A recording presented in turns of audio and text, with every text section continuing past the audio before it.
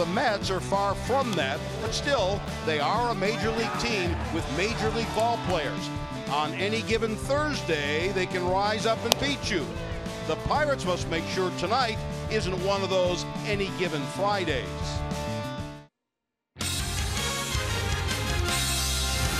He struck him out! Clear the deck! Cannonball coming!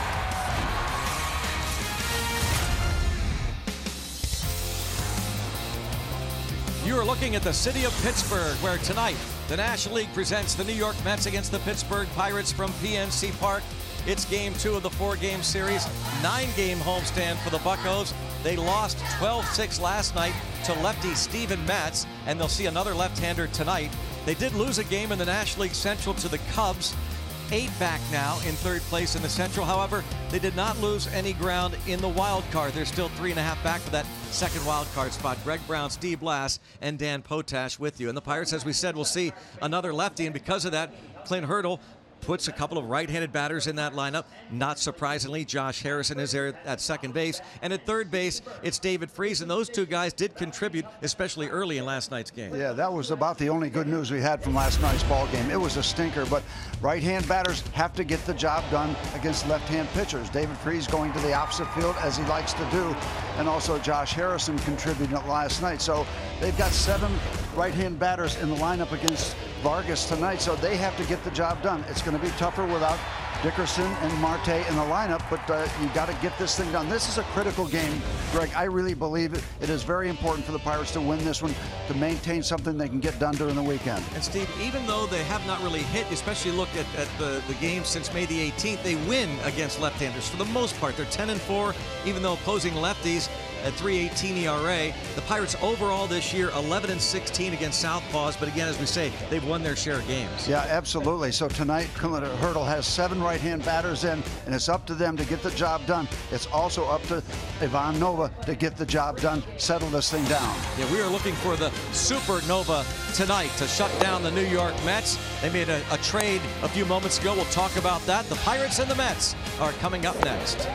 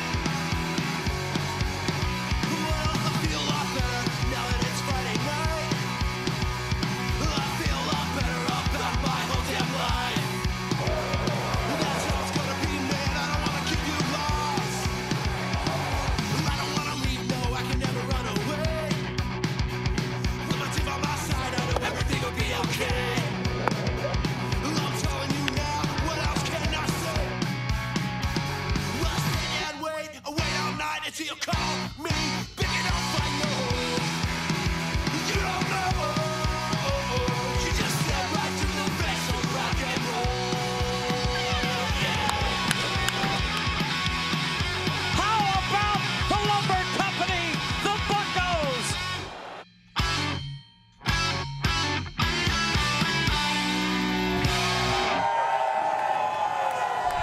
It is Friday Night Rocks on AT&T Sportsnet, presented by Iron City Beer. Pittsburgh is built with iron. And Ivan Nova takes the mound.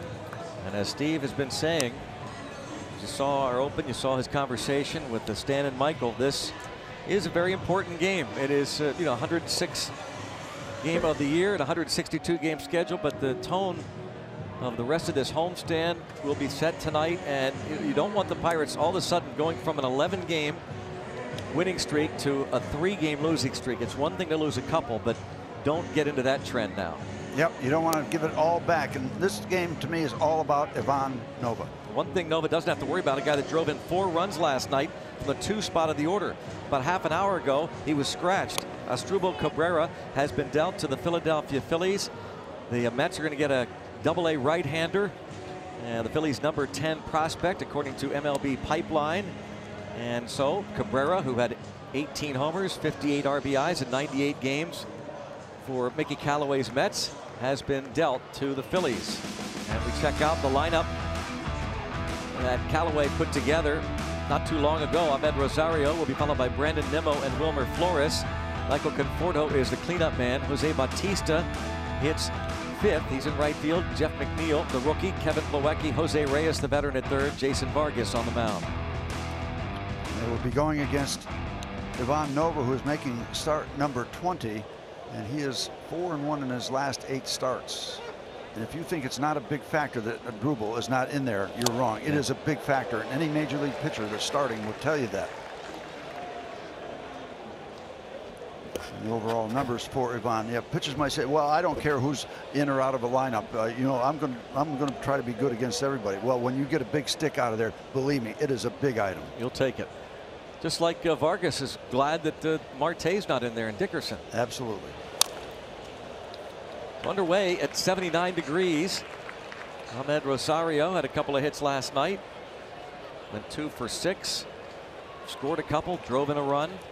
Scored on a wild pitch. It was a mess all the way around. On the mound for the Pirates, in the field. Wild pitches, drop balls. One of the worst games of the year. Couldn't keep a ball in the weather. Fly ball to left. There was an exception last night. This guy, Jordan Luplow. He made 2 of the better catches this season. He played like it was the World Series. He get A for effort. Check out the rest of the Honda defense. You saw Luplow in left, and Sean Rodriguez is in center once again. Gregory Polanco in right, David Freese, Jordy Mercer anchored down the left side of the infield. The Joshes on the right side, Harrison and Bell. Elias Diaz catches tonight. Francisco Cervelli was off the DL and in the starting lineup. Was 0 for 4, and we understand he's fine, but Pirates are going to be very cautious with him. And quite frankly, you look at Elias Diaz, what he's done against left-handed pitching. 364. As Mr. Hurdle will say, that plays. Yeah. Brandon Nimmo.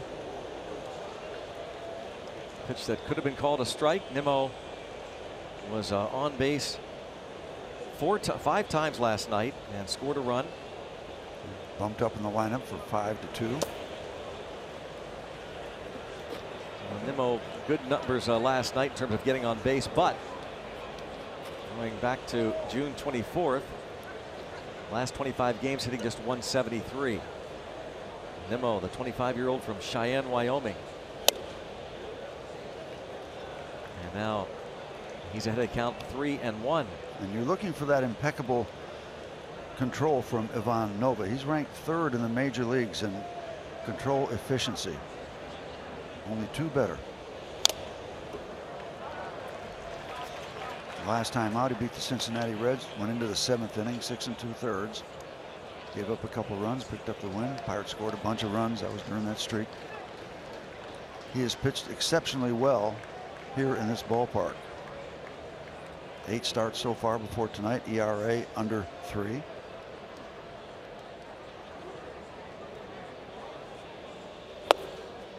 Wow. And the Pete Rose-like Nimmo down to first base. It's just kind of wild. He drew 3 walks last night, and the second batter of the game against Ivan Nova, that great control, he walks Nimmo. You can't have 9 walks like you did last night. They picked up Austin Jackson last night, and he arrived today in Pittsburgh. Austin Jackson was with the Giants at the beginning of the year as a free agent. A lot of teams kind of scrambling, dealing. So much happening in baseball.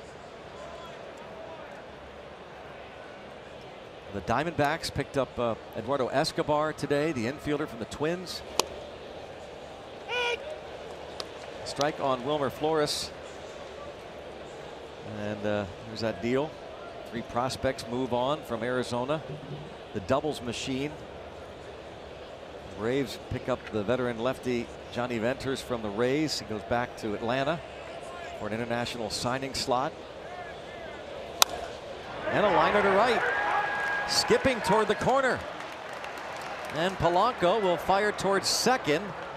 And it's a double for Flores, who was 2 for 4 and drove in 3 runs last night. Not good.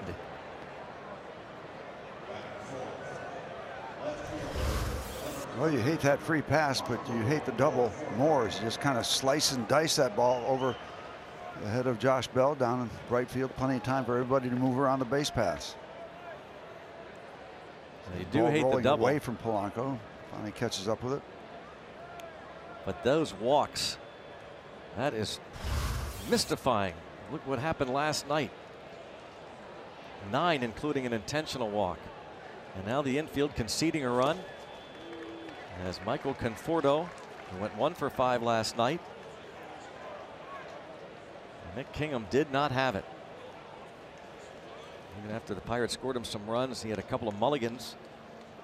Gave up 2 in the first. Pirates tied it in the home half on the Freeze homer. And it was a 4-2 game in the bottom of the 3rd. 2-run homer by Harrison tied it. Kingham went back out there for the 4th, gave up a hit and a homer to Cabrera, and he was done.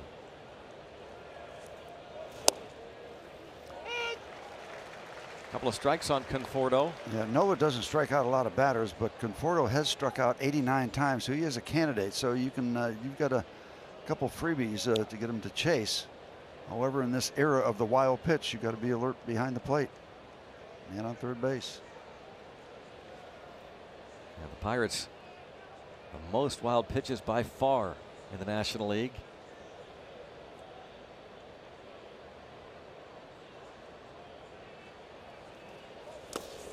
And there's what Steve is talking about, the pick there by Elias Diaz. Yep. You still have 1 to play with to try to get him to chase. You're looking for the strikeout here. Steven Matz pitched an outstanding game last night. He's on the railing there. Jacob deGrom in the forefront. Pirates will see deGrom tomorrow night. And that's no easy task. Which makes it doubly important to try and get a W tonight. This is the big one. Goes even on Conforto.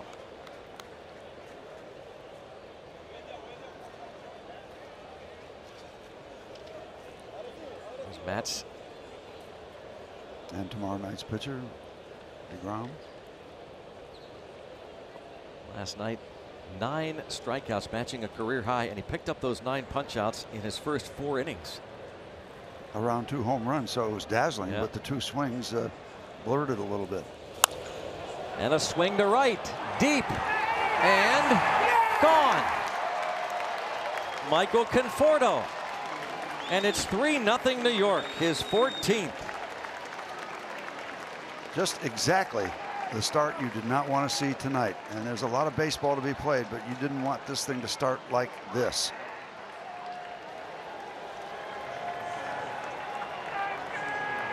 #14 for Michael Conforto. They were peppering that Clemente wall last night. Actually, that's not an awful pitch. Down and away, he just got down there, got under it, and turned it back around. Here Awful is result. Jose Bautista. Aggressive cut. That's the 20th home run that Nova has allowed.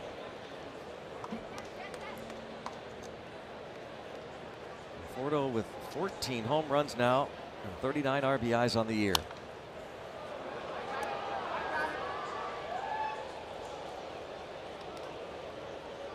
Nova's 6th career start against New York.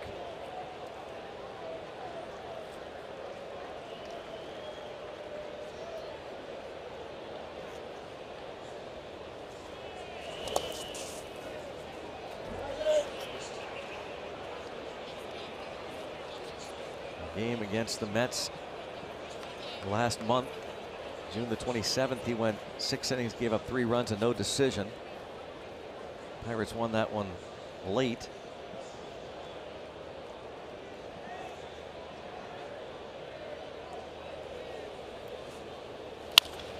Might have broken his bat, lined to left, base hit. Yep, the broken bat allowed the ball to die earlier. Fly ball to left to start the ball game, and then Mets go to work. Here's Ray Searage, Pirates pitching coach. This starting pitching, of course, such a big part not only of the 11-game winning streak, but the stretch of games that led the Pirates to have won 17 out of 25. Going back almost a month. But last night, Kingham, just 3 innings. Even though Jamison Tyone lost on Wednesday afternoon in Cleveland, he went 7 strong, gave up a couple. And Nova has been pretty good since coming off the disabled list. That right hand ring finger sprain. Well, this should be 2. And it is. Jeff McNeil grounds into the inning-ending double play. Quick 3 on the board for the Mets. Pirates come to bat.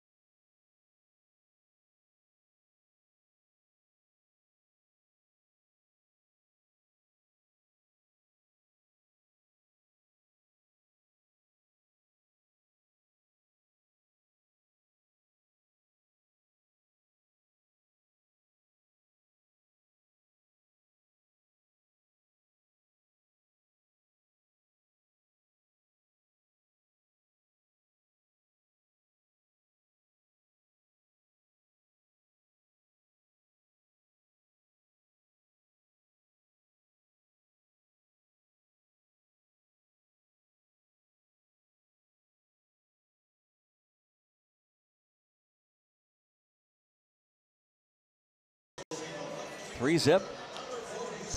So the Pirates will go to work against the veteran left-hander. Rapport starting lineup. Jordan Luplow in the leadoff spot once again. Josh Harrison, Gregory Polanco.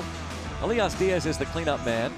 David Freese homered last night, and he is 6 for 11 in his career against Vargas. Josh Bell switch hitting first baseman. Sean Rodriguez in center. Jordy Mercer, Ivan Nova. Against this 35-year-old veteran left-hander, Jason Vargas, 18-game winner with Kansas City last year, but all kind of problems with the New York Mets. 344 opponents hitting against him. He is 2-6, 8.06 ERA. And what are you going to get from Jason Vargas? Nobody knows, including him, coming off the DL.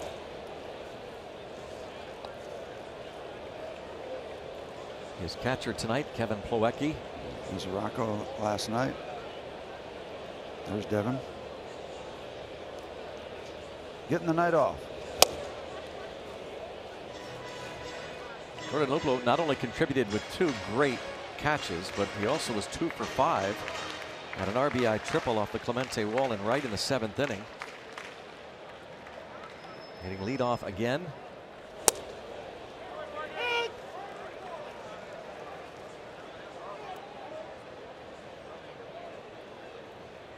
Home plate umpire is Nick Lentz. Mark Wegner is the crew chief at first base. Dan Bellino, John Tumpain around the bases.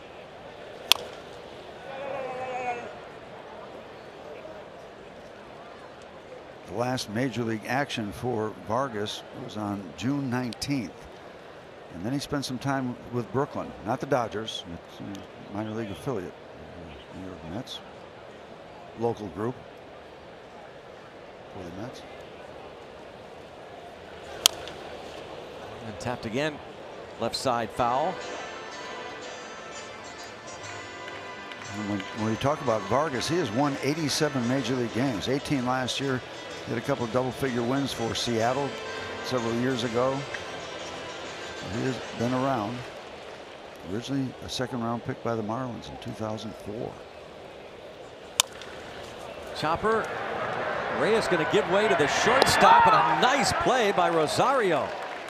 Ahmed Rosario nabs Luplo. I thought he hit that softly enough to be able to beat it out. Especially when Reyes let it go by. Yep. It's as though Reyes was the one man that might be able to get him. Bare hand pickup, throwing off both feet.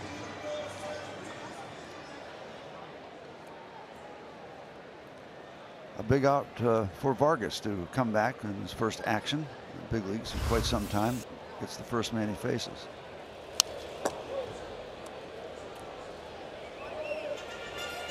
Luplo hitting leadoff for a 3rd straight game. Corey Dickerson nursing that tight hamstring. And Starling Marte still doesn't feel comfortable enough to play after bruising his hand the other day in Cleveland on a pitch. 1 ball, 1 strike on Harrison. Hit his 6th home run of the year last night. Well, Greg, you got to expect too that Vargas coming back from missing all that much time. You wonder how long they will leave him out there. So eventually you're going to get into that Met bullpen. You'd like it to be sooner than later, of course, but they've been vulnerable. So hold on to your hat. Pop up. Shortstop Rosario called off by Conforto in foul territory.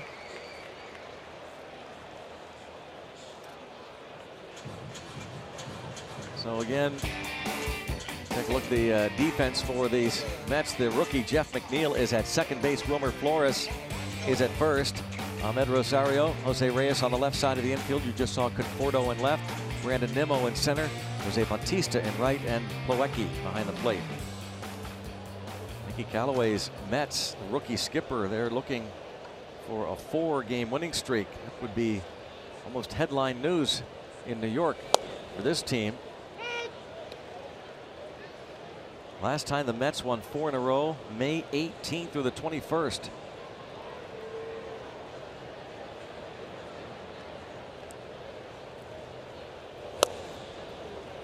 And we touched on the numbers in our open and, you know, putting a positive spin on what they have done in terms of wins, and that's the most important thing against left-handed starters. But the overall numbers are not good.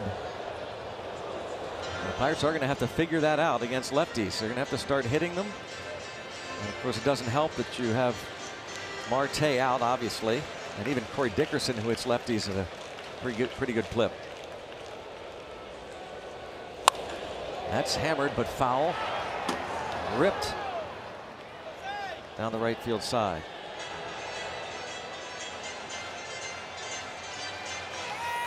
Happy 80th birthday on Faith Night. After the game, Clint Hurdle, Pirates players and other coaches talk about the importance of faith on and off the field they've experienced. 1 and 2 on Polanco.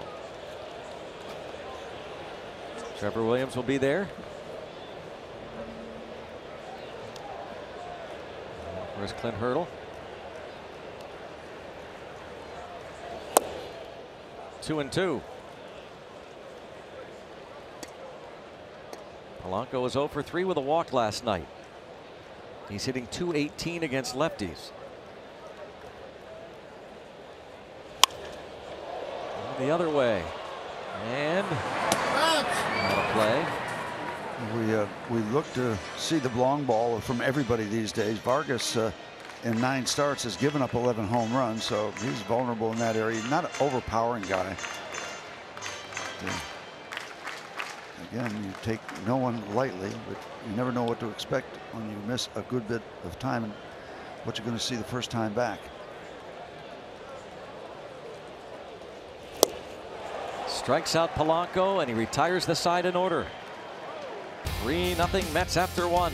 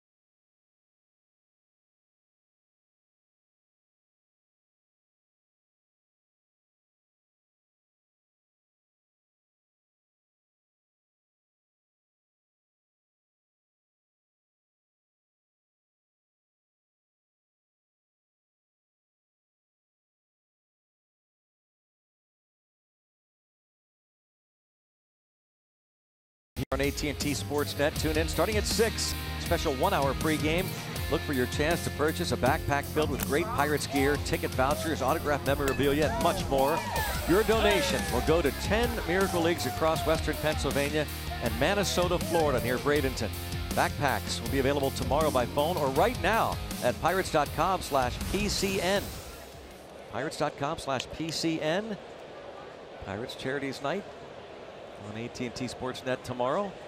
It is 3-0, top of the second. Mets lead it as they come to bat here. The 7, 8, 9 men in the order against Nova, and a pop-up. Freeze makes the catch. Let's go out to Cranberry, where Robbie Inspikowski is standing by.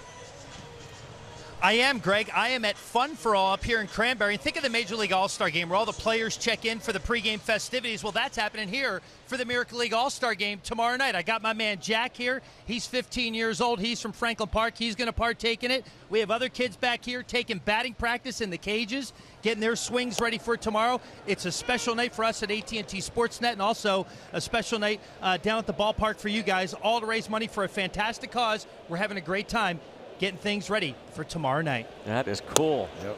Today can BP getting ready for what will be a big night. Just a sampling of the things that are in those backpacks. Yeah. Jose Reyes pops this one up. Freeze again, this time in foul ground. So far a lot quieter than the top of the first.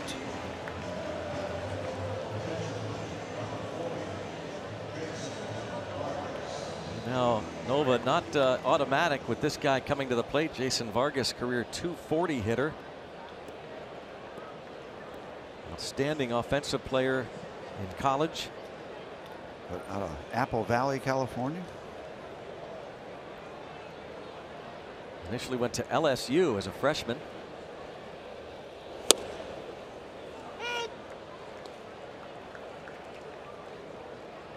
Occasionally played first base, DH. First collegiate at bat, a pinch hit grand slam.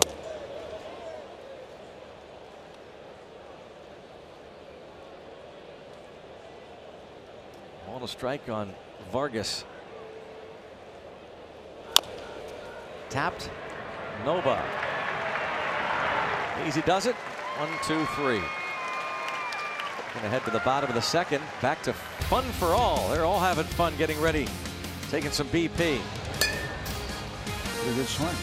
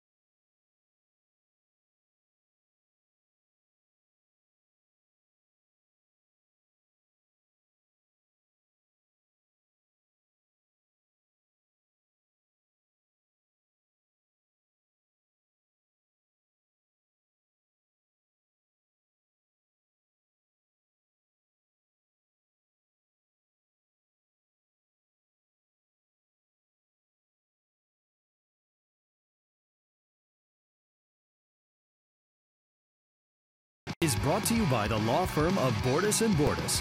Bordas & Bordas, fighting for justice. Let's go Bucks!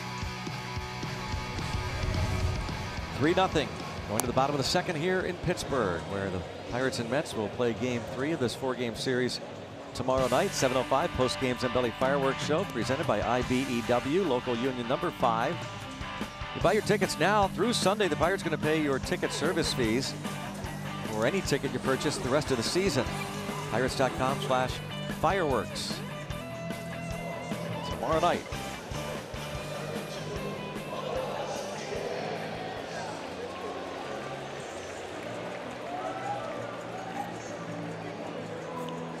So we go to the bottom of the second, and here is Elias Diaz. What would Harry Carey say right now? Let's get some runs. Oh, yeah. He'd say some other things too. Yeah, well, yeah.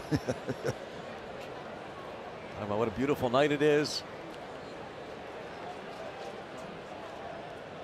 Could be prettier with about 5 runs this inning. Yeah. Make it gorgeous.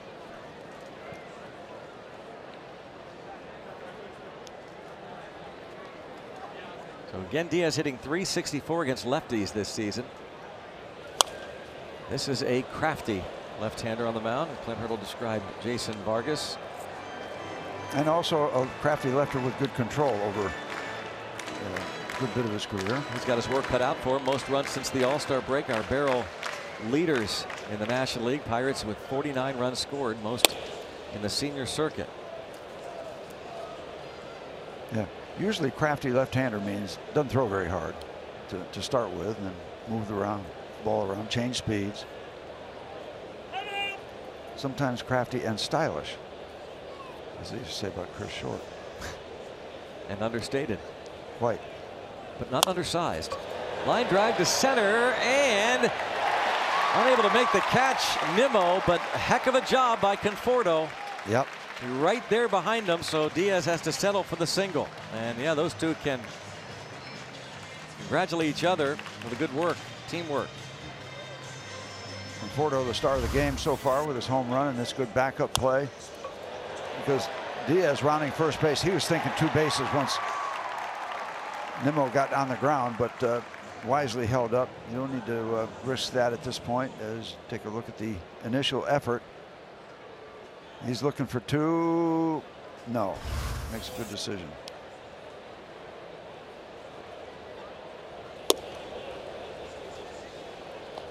You know, that mess last night, Greg, even though it was awful most of the time, the Pirates did score 6 runs. Yeah, so true. That's kind of lost in all that. That got lost in all that stuff.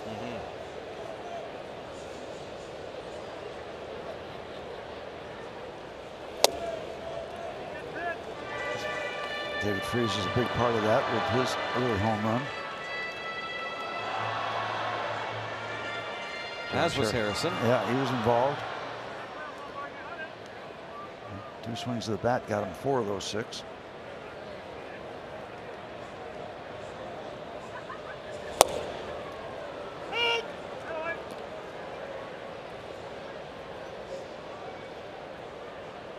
Jordan Luplow. A lot of folks like St. Louis. They call it the Lou. And we're talking to people around here. They like the loop. Yeah. The way he plays. There we go, loop-de-loop.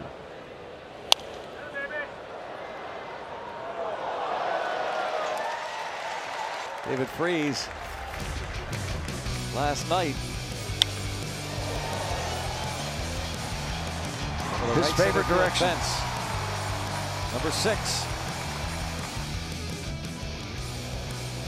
291 hitter in 38 home games this year at PNC Park for Freese.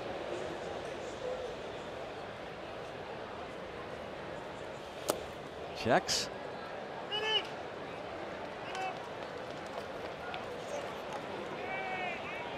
Again, Freese with 6 hits and 11 career at-bats against Vargas. That's a .545 average. A couple of former Angels.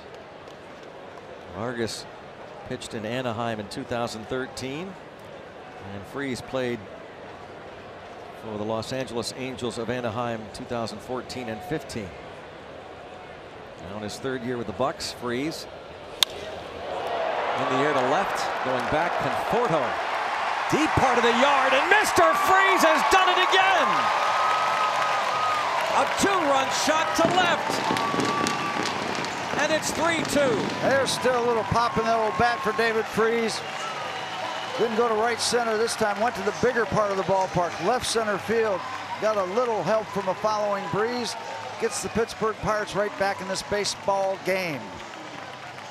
That was bigger than huge right there to answer early on. Another look at the Freese swing. He got a lot of height on it too, which helped the breeze help it a little bit. And Vargas gets nicked with his 12th home run.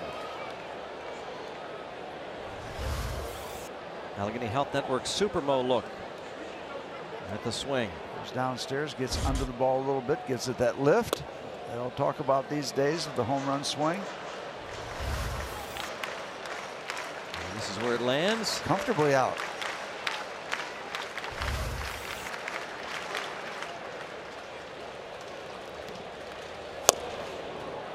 Josh Bell. 2 balls and a strike.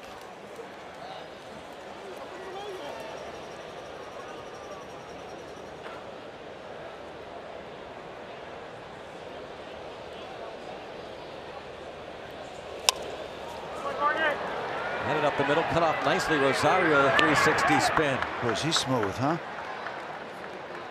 Another one of those gifted shortstops. StatCast AI powered by AWS. Look at the Freese homer. Steve talked about that launch angle and the projected distance of 387 feet. Have a tendency to watch the fielders in those kind of situations because it's high and you don't know about carry at that point, but that certainly did.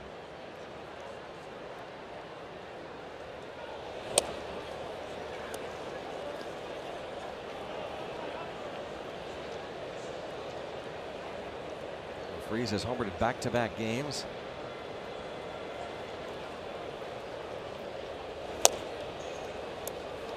Sean Rodriguez was was 0 for 3 with a walk, struck out a couple of times. See the season numbers for Sean Rod. 6 hits in his last 18 at bats since coming off the DL. Playing in his 6th game. Spent almost a month getting in a lot of swings, game action in the minors.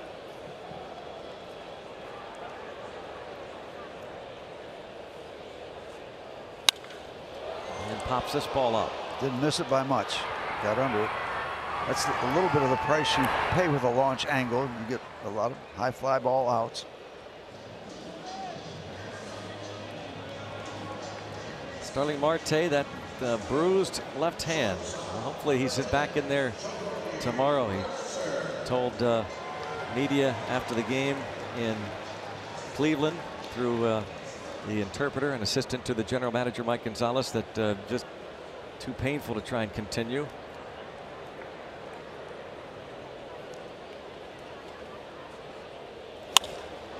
Line to left. Now the one good thing, even though it's tough to see Marte not playing, the Pirates dodge a huge bullet for the fact that it's just a bruise. Yep. And in reference to Aaron Judge. Yes. Who is out. Out for a few weeks. Chip fracture. Similar kind of hit. But Marte was just able to take that hand off the bat. Just a split second before he was hit by that pitch. So really kind of grazed the back of that hand. Yeah, because now you don't wind up with a finger between a ball and a bat. There's some give in the contact.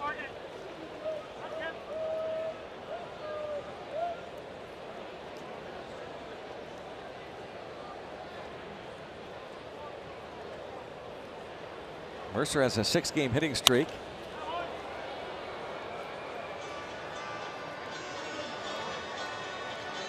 And after kind of struggling at the beginning of the year against left-handed pitching, he's hitting almost 300 now against lefties. And he's found that left field corner too, with some doubles, hard hit balls down in that left field corner recently.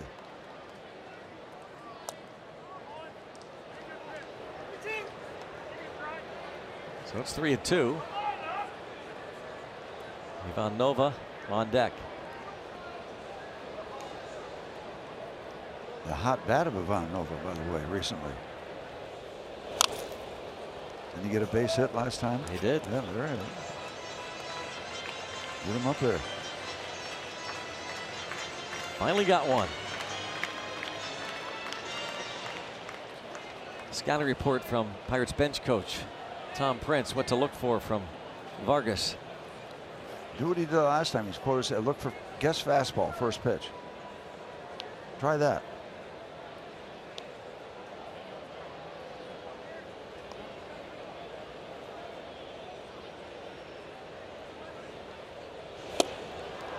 He gets Mercer on the 7th pitch of that at bat, second K.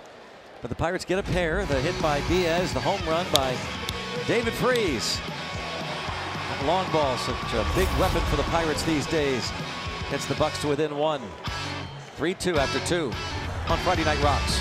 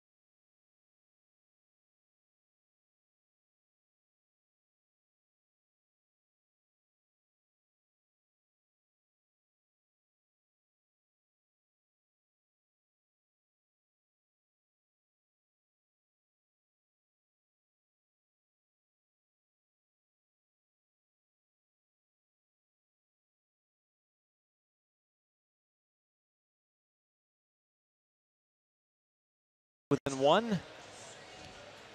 Well, Sean Rodriguez has moved from center field to first base. And Adam Frazier now takes over in center. We thought something was up with Josh Bell. That ground ball to short, he almost stopped running to first base, and that's not Bell-like. He's a little grimace there at the beginning. You know, I hate to, shouldn't speculate, but that looks like the first thing you think of. Let's hope it's not oblique. Oh. That's what it looked like, that grimace. But again, shouldn't speculate, and I did. So we both did. So let's just hope it's nothing serious. Let's throw out some more things. Yeah, we'll get something. That's right. Knock on wood that that's not serious. But that grimace on the swing, you think about.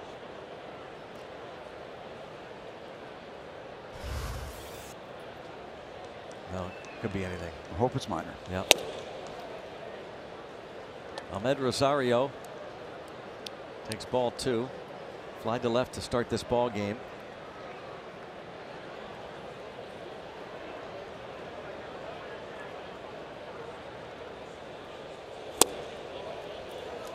Go figure this. 3-0. Those walks last night are still lingering in my mind. Yeah. And you just don't see this very often from Nova. You just don't see it. Of course, we have seen him come back so many times in a 3-0 count, 3-1 count, record an out.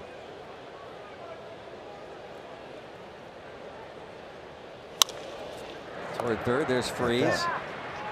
On to Shonrod. One away, brings up Brandon Nimmo. Allegheny Health Network injury update. The Yankees. Steve mentioned Aaron Judge hit by the pitch on his right wrist and the chip fracture. Going to miss at least 3 weeks. Yankees Judge chasing the Red Sox. They're 4.5 back. Yep. Judge, please approach the bench for 3 weeks. Brandon Nimmo.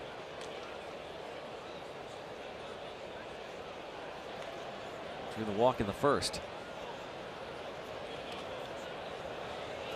First player ever drafted in the first round out of the state of Wyoming.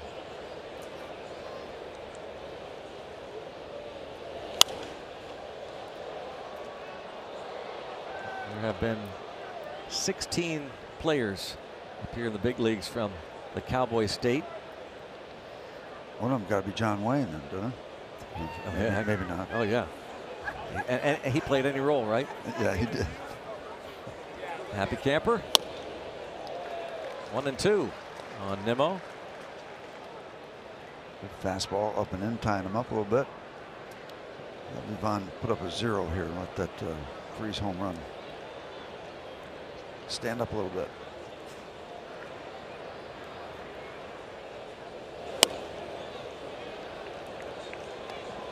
2-2 on Nimmo. A couple of former Pirates from Wyoming. John Buck spent parts of the 2013 season, a one-time Met. Rick Sofield, former Pirates third base coach, was from Cheyenne, Wyoming.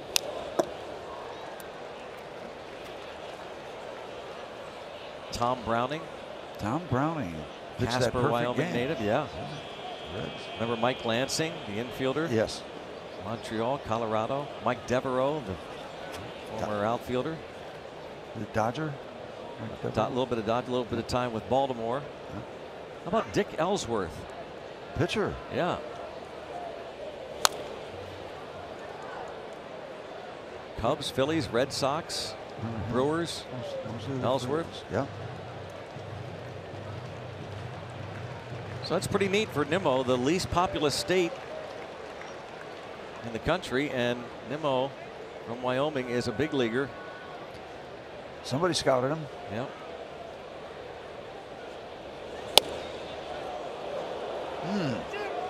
Close. Wow, you never see Nova react like that. Nova needs to, he knows it, needs to take a deep breath, exhales. He walks behind the mound. He wanted this one.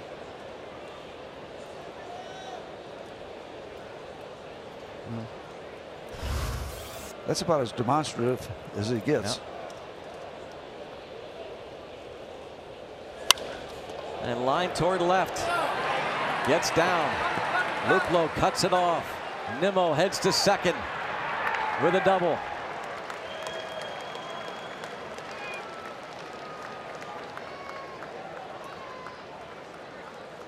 Still frustrated.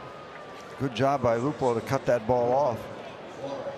Made it kind of interesting at second base. Left-hand batter slicing that ball away from the Pirate left fielder. Look at this work by Luplow. Reaches out and good long throw to second base. There's good hustle there. He's working it. And he needed to. And Nimmo has reached base safely in 6 of 7 plate appearances so far in the first 2 games of this 4-game series.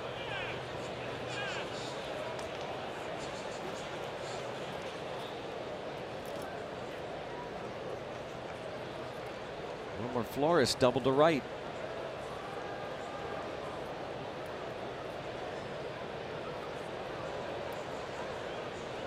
Well, Nova knows Pirates don't want to go through the same routine they went through last night. First inning, they came back to tie it. Very next half inning, Mets regained the lead. They tied it in the bottom of the 3rd with a 2-run homer at 4-4. Next half inning, Mets regain the lead. It's just so demoralizing. After you fight your way back to get within 1. See what Flores has done against the Pirates. He's been a big thorn in the Buccos' side.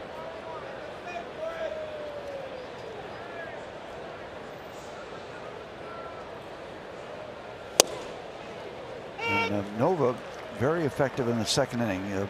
Was in a nice rhythm at the bottom of the batting order. But other than that, he's looking to get out in front and use that control as a weapon instead of trying to catch up.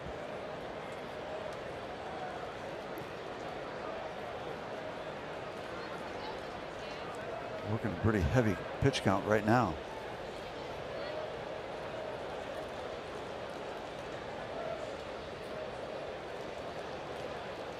Last time out for Ivan, he got into the 7th inning against the Reds.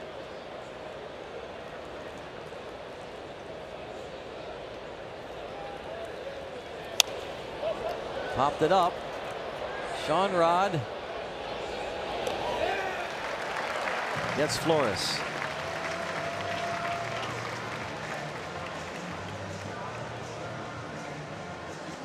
That's a good out for Nova to get after being frustrated with the at-bat Nimmo had, thinking he had him strike out, and then the double. And now he can kind of fool around a little bit with Conforto and try to keep the ball in the middle part of the strike zone. He's got an open base. He's got a tough batter. Love to see a 0 put up here in the top of the 3rd.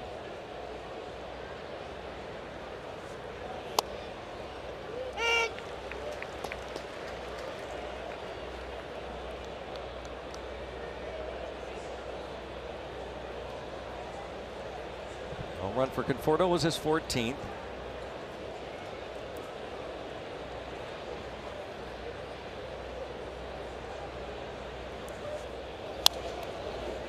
Now Nova jumps out in front 0-2. He's another young man that gets his money's worth every time he swings the bat. Big time swing there. Now Ivan is in a situation where he's got 2 or 3 pitches to try to get him to chase. And there is not a man on 3rd base.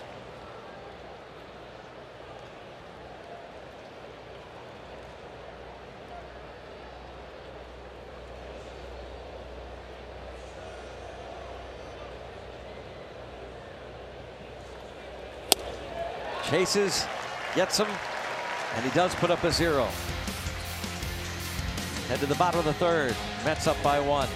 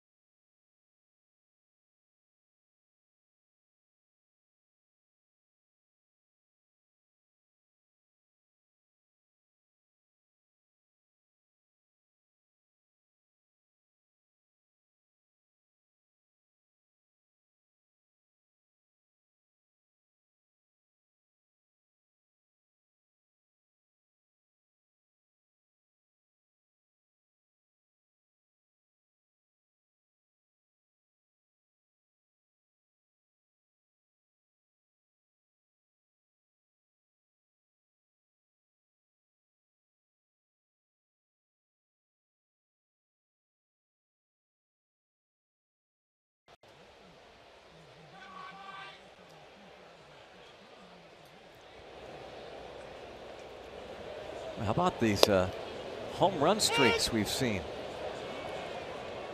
The strike on Nova, the most recent one, of course, was Matt Carpenter. Homered in 5 straight. Now Suarez.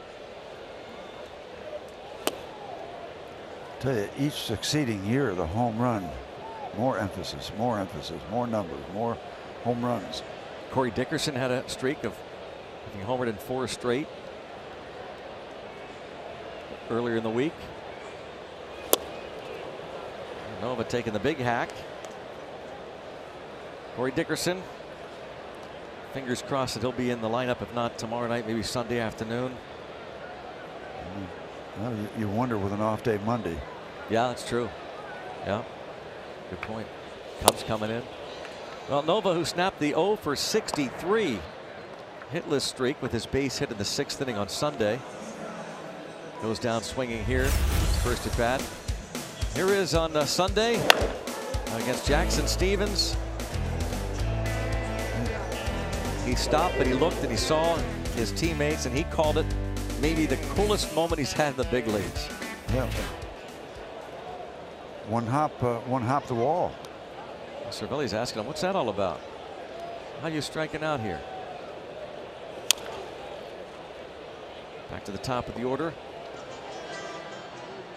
Jordan Luplow. I think Cervelli's more serious about Nova's pitching than he is about the hitting.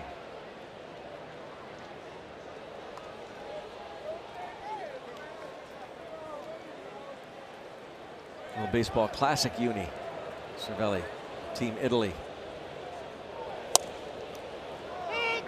Couple of strikes on Luplow. Retired on a fine play by Ahmed Rosario in the first.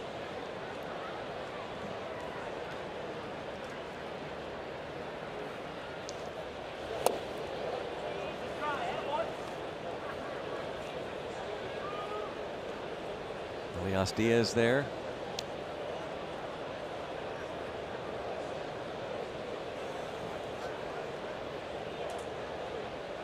Big time conference. Yeah. And towards shallow right center field. Nimmo, what a play! Brandon Nimmo.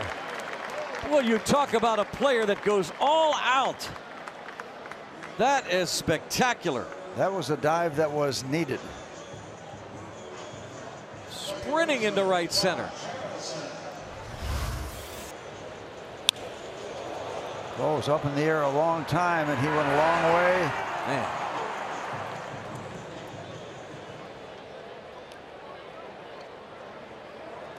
His pitcher will appreciate that effort.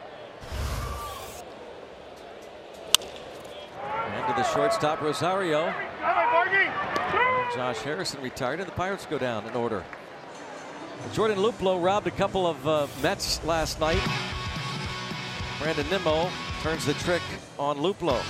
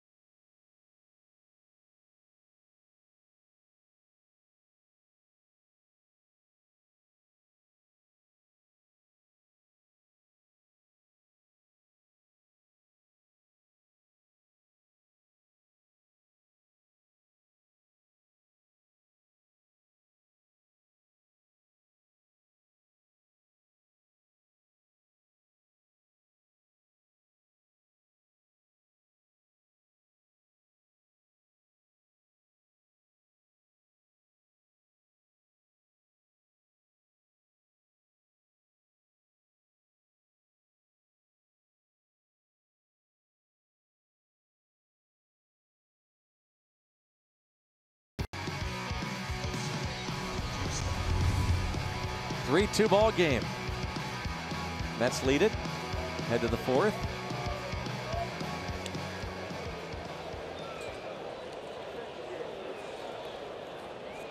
Brandon Nimmo, spectacular catch.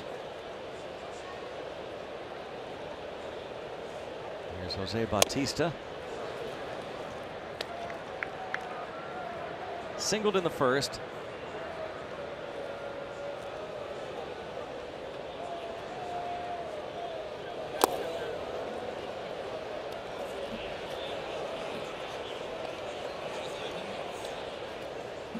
Saw a lot of Bautista's work. Yeah, Blue Jays Toronto? were all three. Bucks, Yeah, Mets, yeah. Blue Jays There you to name 3.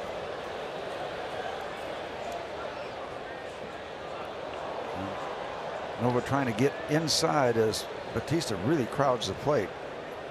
Get inside and get on the handle of the bat, but you better get far enough in. He's really tight. They want it in there again. Bounce deep 3rd. Freeze. Gets him.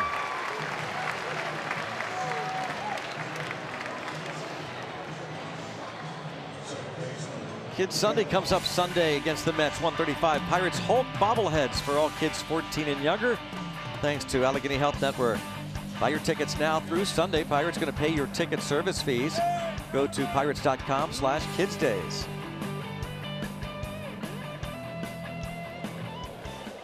Pirates Mets. Fireworks tomorrow, Kids Day Sunday, off day Monday, and then the Cubs in for 2. Wow. Could that be? Would have to be a great granddaughter.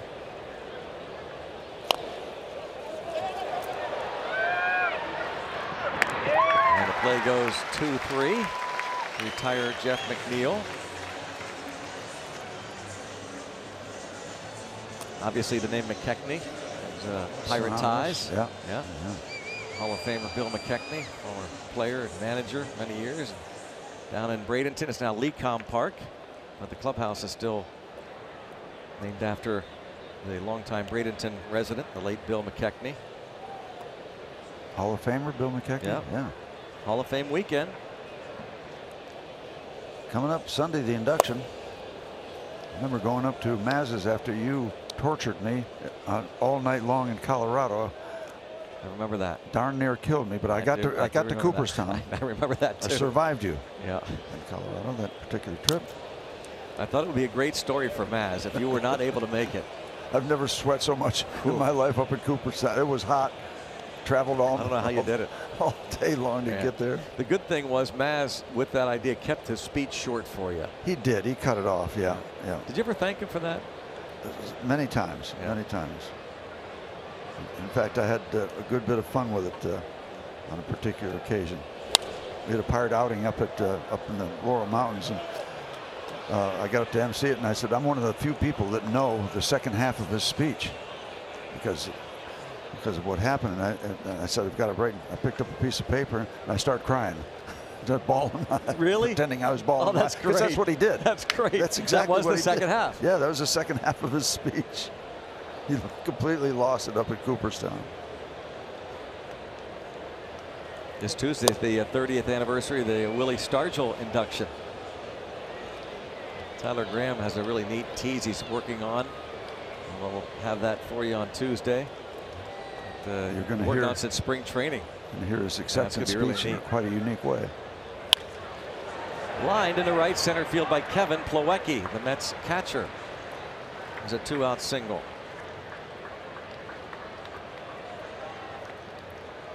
Frustration as he got in on the hands, and Plawecki just pushed it out off the handle into right center field. You saw him glance up at the scoreboard, wanted to see the replay of where that pitch was on Nova. Yeah. And asking the question every pitcher asks, how did he hit that ball in there? Here is Jose Reyes, fouled out in the second. Reyes, a late addition to the lineup with the trade of Asdrubal Cabrera.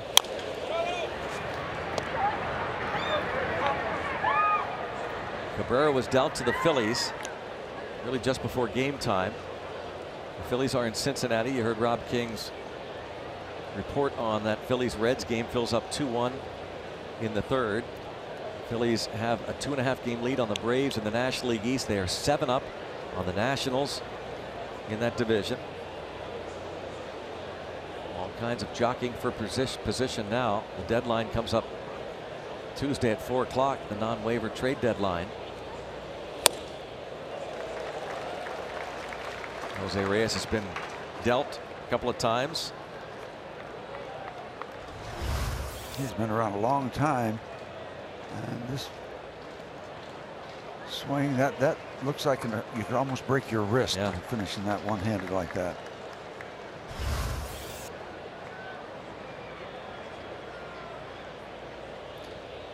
Finish him off, Ivan. Down and in. No, up and over.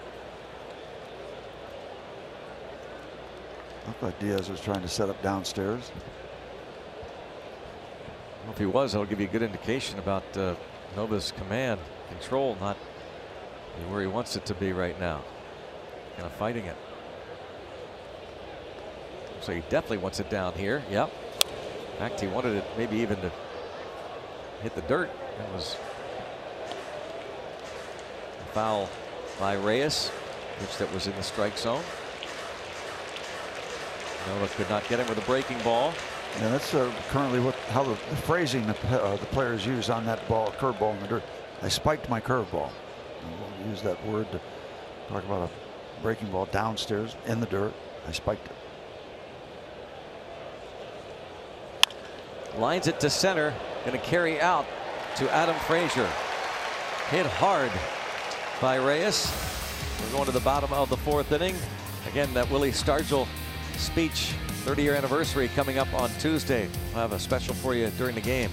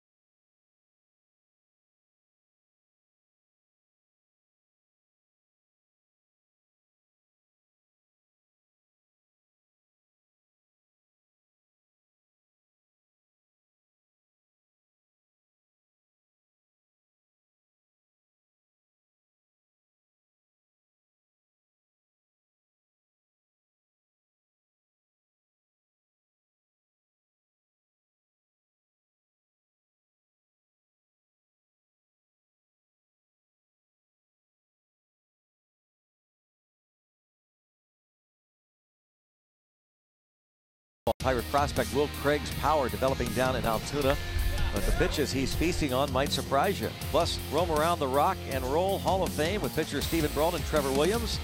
Those stories and top plays debuting this Saturday after Pirates postgame. 3-2 ball game here on the UPMC scoreboard. Going to the bottom of the 4th. Greg, I remember, I think you and I went to the Rock and Roll Hall of Fame a long time ago when they were first opening up Jacobs Field. We were up there for an exhibition game at the beginning of the season.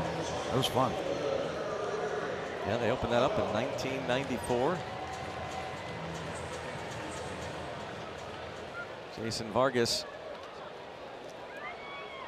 facing Gregory Polanco. And you wonder how long he'll be out there, having not pitched very much. I would expect they'd try to get 5 innings out of him. So far, basically, just made 1 or 2 mistakes. Freese homered after the Diaz single in the second.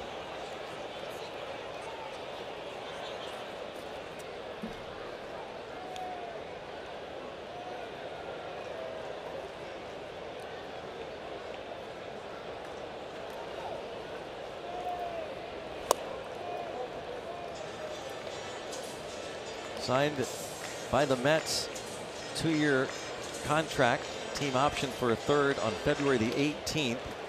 Some teams might have been scared away, and as Steve mentioned, a lot of wins for a not great Royals team, by the fact that he was so good in the first half last season. 17 starts, he was 12-3 with a 2.62 ERA. Really flattened out the second half, 6.38 ERA. The second half last year. But those first half numbers were all-star worthy. Led the American League in both wins and ERA. That is some first half, 12-3. Yeah.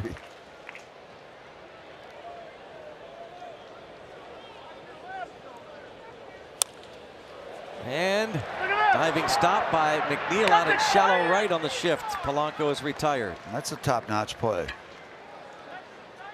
Mets flashing some leather.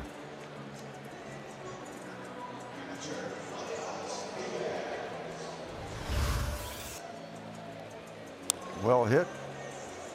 Used to be an automatic base hit. Not anymore.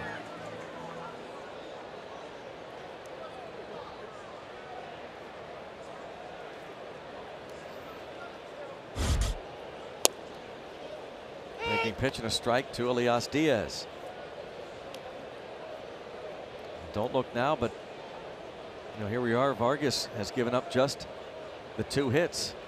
The Diaz home, the single, and the Freese homer. This is a veteran, 35 years old, been around the block. Has not walked a batter. Is noted for his control.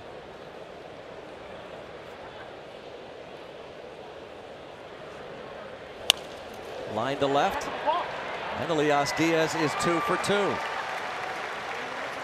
Continuing to just blister lefty pitching. Exactly. So how does a crafty left-hander that looks like he's very legitimate now wind up with an ERA of 8?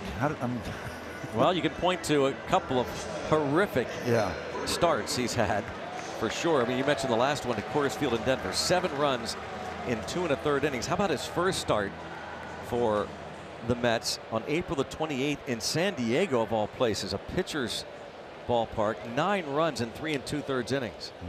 Well, there's big part of your answer right there. When he's good, he's very, very good, and when he is bad, he is knocked around the ballpark.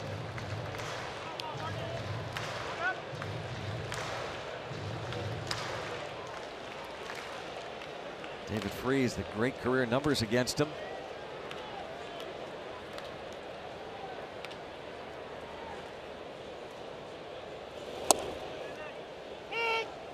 Ball, 1 strike. Updated, he is 7 for 12 with 2 homers in his career against Jason Vargas. Got to feel pretty comfortable up there. 1 ball, 1 strike.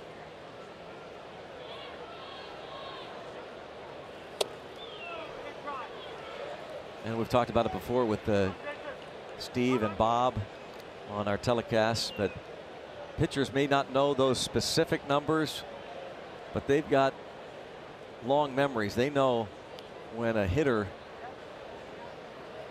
owns them. Exactly. Exactly. You say, yeah, well, what about this guy? Well, I don't know what the numbers are, but I've never gotten them out. You know, that kind of phrasing.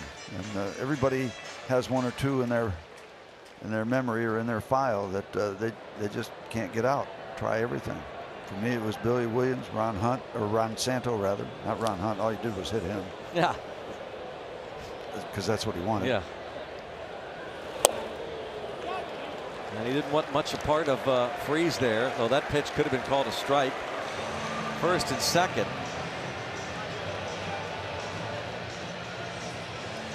With 1 out. A nice play by McNeil started this inning. Polanco hit it hard. visit to the mound from Plawecki.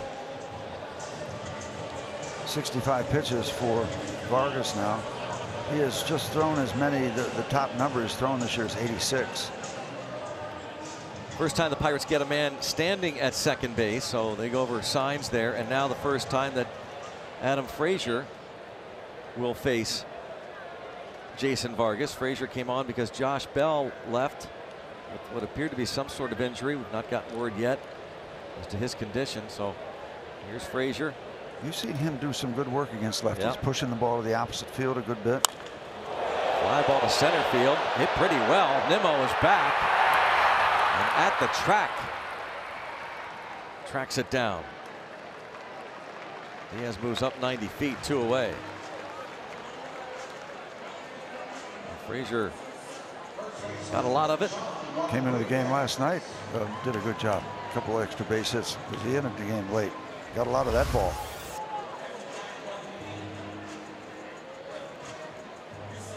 Pretty good base running. Frazier is going to get over there comfortably, and no issue for Freese. But interested, they're both a step away at one point from second base, but knowing what they were doing.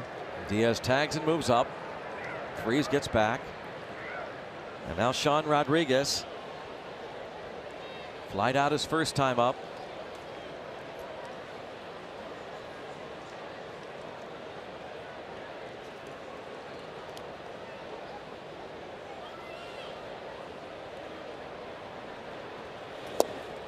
He takes ball 1. Like Freese, a one-time Angel. Sean Rodriguez was drafted by the Angels in the 3rd round back in 2003 and spent parts of 2 seasons with the big league club.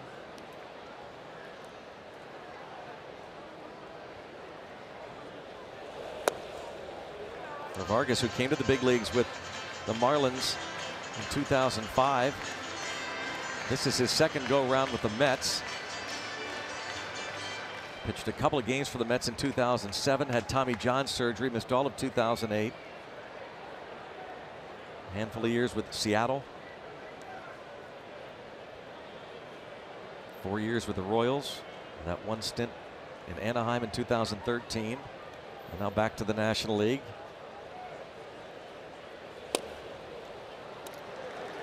Well, 3-0. So is you have to assume Rodriguez has the green light, don't you? I would think yes.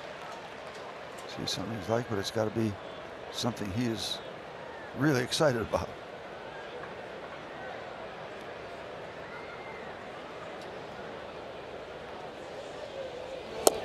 Nope. All 4. They're loaded now for Mercer. Keeping score. BB, or some people use the W. Base on balls. Free pass. Great to see maybe a dad and his son keeping score. A real pencil, not a computer. Right. Keep the history of the game. Keep track of everything. Dave Island out to talk with his veteran starter. I didn't like the scorecards with that little diamond in the middle. I wanted some room. I need, yeah, exactly. The same here. By the way, it was left side discomfort for Josh Bell. Okay, the oblique. Yep. Kind of what you really hoped it wasn't, because that can be a nagging injury. Let's, again, said earlier, let's hope it's not terribly serious, but didn't like how he winced and didn't get down the line. Clint Hurdle checking in with Starling Marte. Bases loaded.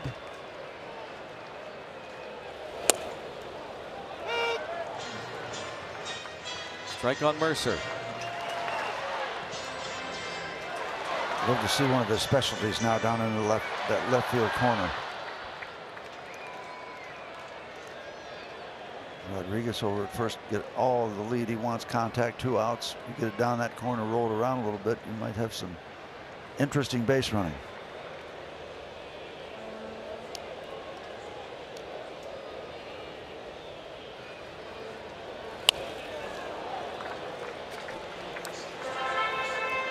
Mercer in the hole, 0-2.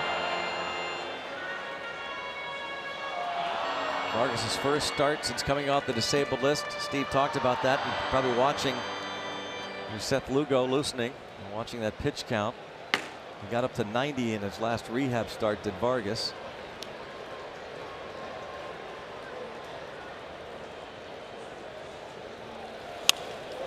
Toward left, sending Conforto back a few steps. And the Pirates leave them loaded. Trail by 1.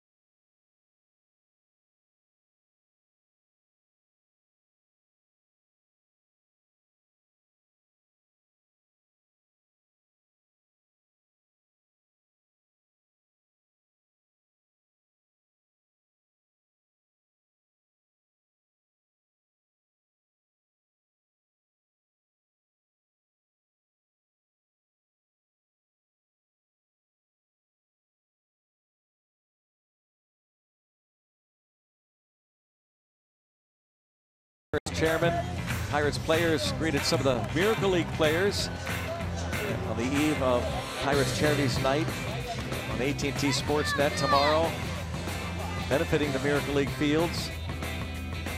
Players introduced before the game, backpacks handed to them, and with that in mind, let's go out to Cranberry and another report from Robbie. Yeah, guys, so you know with the Major League Baseball All-Star Game, you see the All-Stars getting their pictures taken in their All-Star jerseys, and the same thing happens right here at Fun for All in Cranberry. These kids are getting their All-Star jersey pictures taken with their All-Star jerseys. And I have a couple players right here that we're going to say hello to. I have Sophia right here. Sophia, wave hello to the camera. Josh, you say hi. And this is JT. JT, come over right here. Now, JT is Mr. Personality, and he is no stranger and not afraid of a camera and a microphone, Greg and Steve. So he has something to say to you guys. Now, we're going to go back to Greg and Steve. Remember what I told you to say? Say, Greg and Steve, back to you. Greg and Steve, back to you at the Pirates game. That is great. That is wonderful. You're right. All those back at you, JT. Great personalities. Yeah, back at you. Great job, Robbie. They are getting ready, those All-Stars. And of course, Steve, you and I have had the pleasure of participating in some Miracle League events, some grand openings over the years. There is nothing like seeing those kids for the first time ever getting a chance to play the game of baseball thanks to that rubberized surface. They're so excited. Yep. It's just high energy. Good for you guys. Yep. Go Pirates. And anytime we talk about the Miracle League, and I'm sure we'll talk about it tomorrow night, we just can't help but think about the guy in this town, in this region, that just led the way, Mike Sherry. He was undaunted. He saw it. I think he first saw it down in Atlanta, and he really made it his personal crusade. Nice stop there by Freese, and Vargas, the pitcher, is retired. Top-notch play. And Mike, Mike sold the concept and sold himself on his belief in the concept. It was just great seeing how he presented himself and that whole concept and that whole idea, and just absolutely took off. You can get your backpacks right now if you'd like. Pirates.com/PCN. We'll be dedicating tomorrow night's telecast on AT&T Sportsnet to the Pirates charities. And that, what do you got there, Steve? Hold on, we're going to do this.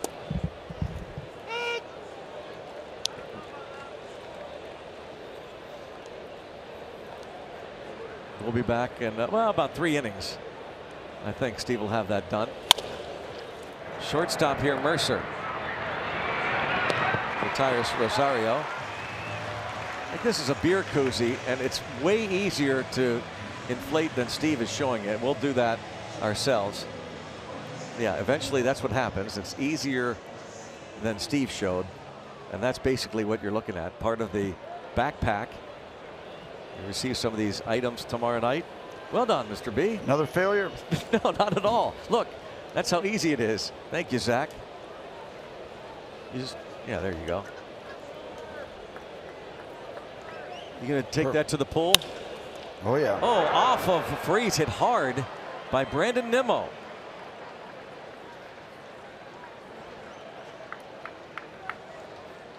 Brandon Nimmo with another hit. You cannot get him out.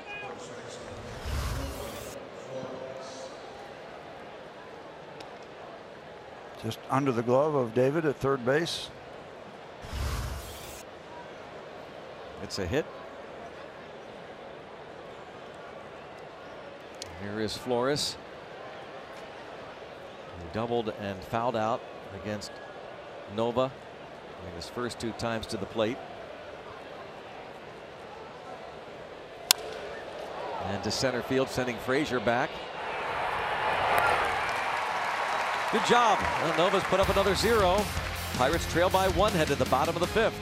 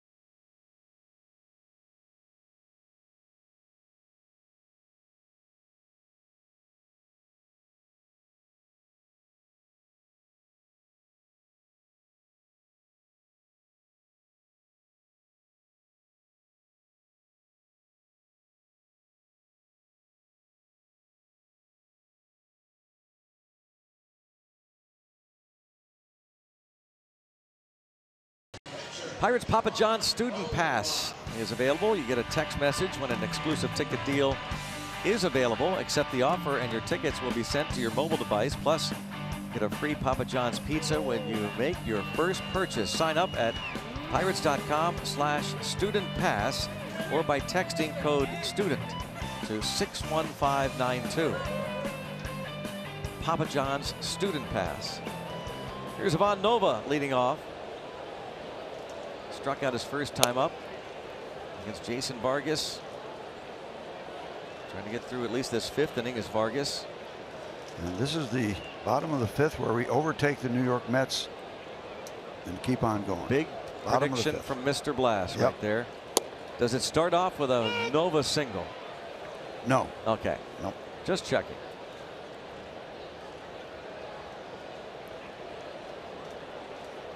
But good intentions.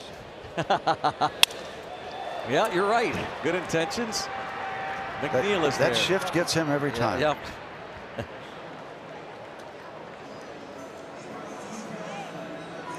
Vargas versus Nova pitching matchup tonight. Game 2 of the series. Game 3 of the series tomorrow night. A fireworks night here at PNC Park and Nissan Road ahead.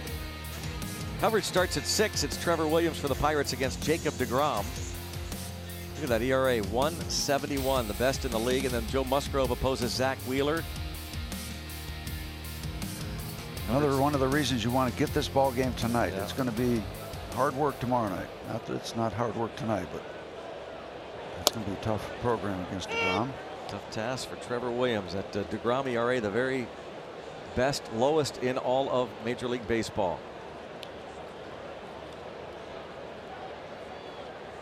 So now Jordan Luplow, who is 0 for 2. A couple of nice plays made against him. Shortstop Rosario, his first time up, and Nimmo laid out. Brandon Nimmo in right center field to rob him of a hit. Maybe a double, perhaps. Don't know if Jose Bautista would have had a chance had Nimmo not called him off, but fine looking play.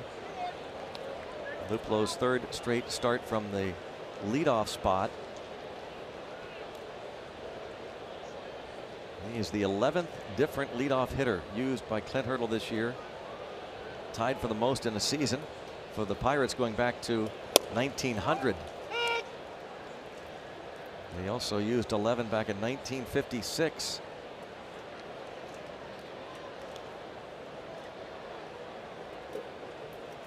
Jay Hay has been a leadoff man over the years.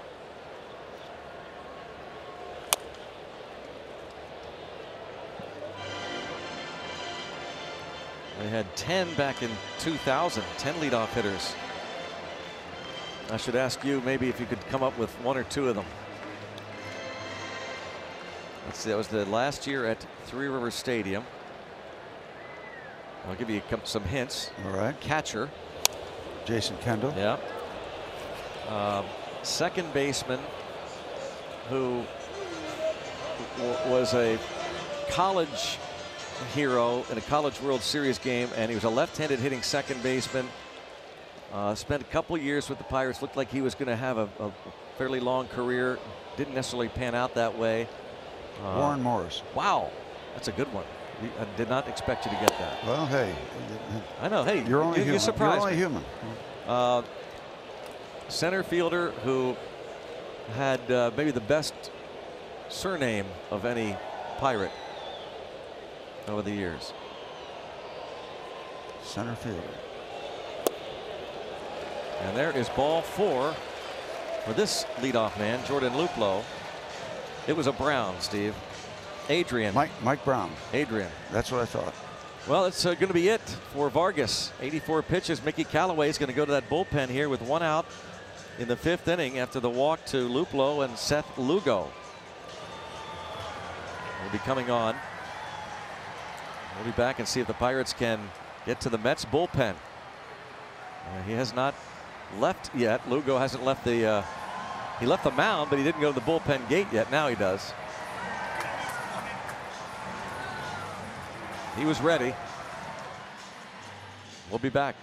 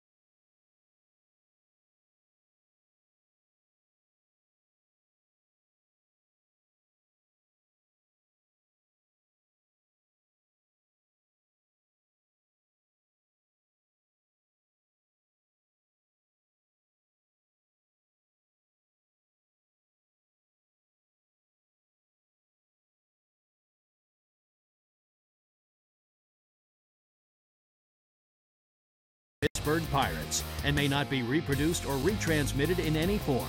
And the accounts and descriptions of this game may not be disseminated without the express written consent of the Pittsburgh Pirates.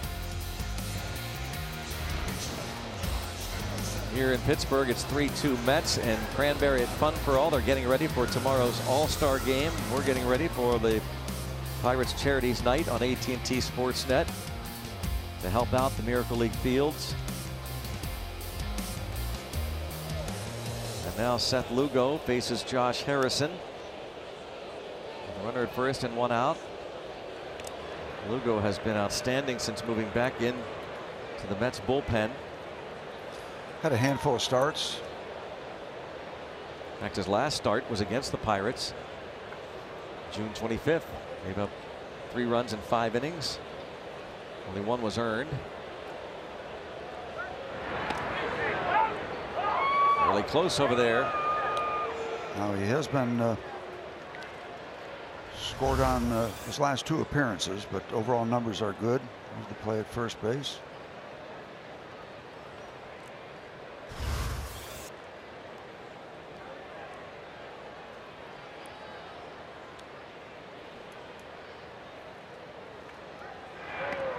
Determined to keep him close, maybe pick him off.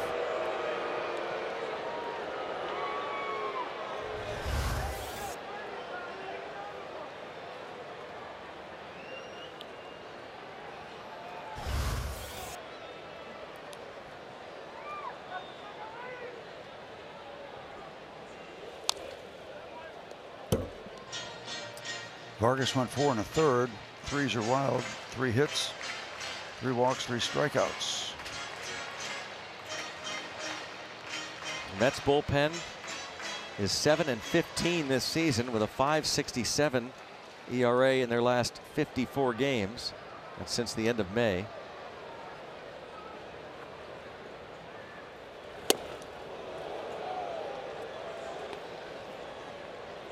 .93 miles an hour, so the Pirate hitters are going to see a little bit more speed than they did early in the game.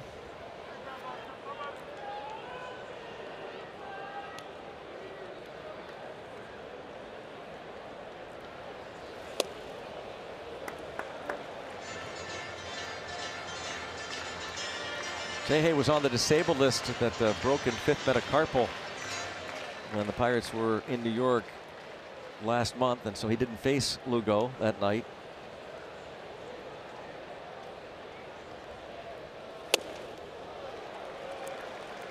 A 3-1 count. It gets a little interesting. Lugo has given up 7 home runs. Of course, he did have that handful of starts, a number of innings. 21 walks in 73 innings. Gregory Polanco homered off of Lugo that night in June in New York.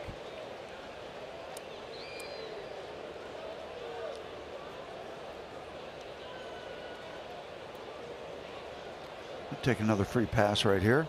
Set up shop a little bit.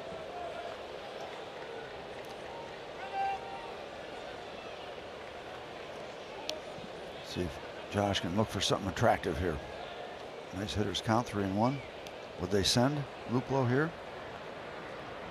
No, of course not. Full count. Now would they? Good chance.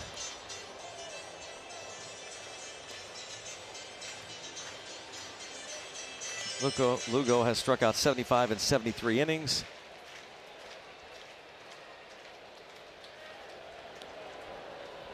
Right side of the infield is open. And they're thinking he might take off on the 3-2 pitch. And Lugo has a pretty decent quick move. He's keeping track of things over there. 3 days ago at home against the Padres, gave up a run on 2 hits and 2 innings of work. Not going.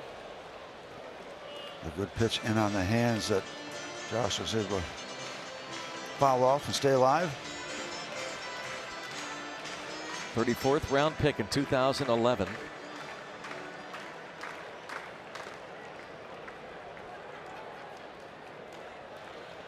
That'll probably not give you the $1 million bonus. There goes Luplow, and it's fouled away.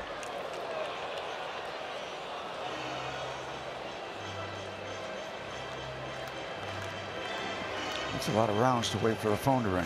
34th round.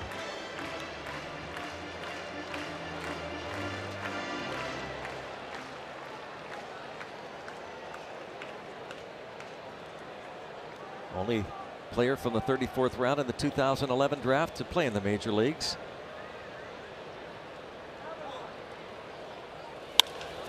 And a fly ball. Lazily hit to right, Bautista.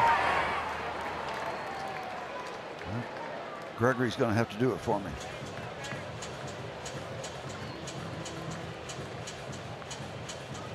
Now, Lugo has been tough against right-handed batters this season. Maybe this is what left-handed batters this season, hitting just 179 against him. Righties hitting 252. We mentioned Polanco's home run, one of the 3 he's given up to lefty hitters.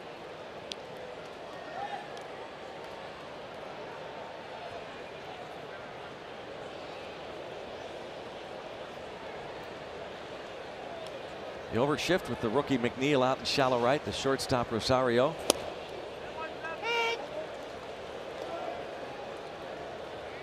Polanco looking for his first hit since that home run Tuesday in Cleveland, the 2nd inning.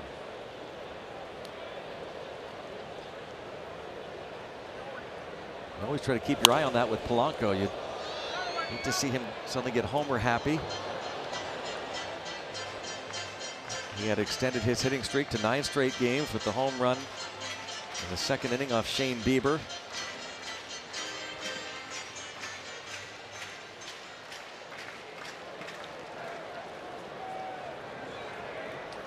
You see that outline of the Pirate P cut in the center field grass. Nicely done.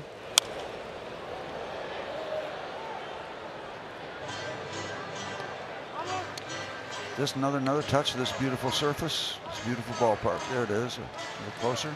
Matt Brown and his crew do a great job. That's beautiful. That's a beautiful thing. On a beautiful night. Just a little bit of rain late this afternoon. 0-2 count. Lugo gets it there 95 miles an hour. Last night we saw the preview of the full moon. It is scheduled, well, it is going to be officially full tonight. Hope you get a chance to see it. Just bounces it weakly left side, and on the move, the shortstop Rosario can't get him. Take that, Reyes playing the shortstop position. Good hustle down the line. The Pirates keep it going and get to the hot bat tonight. Putting runners at first and second.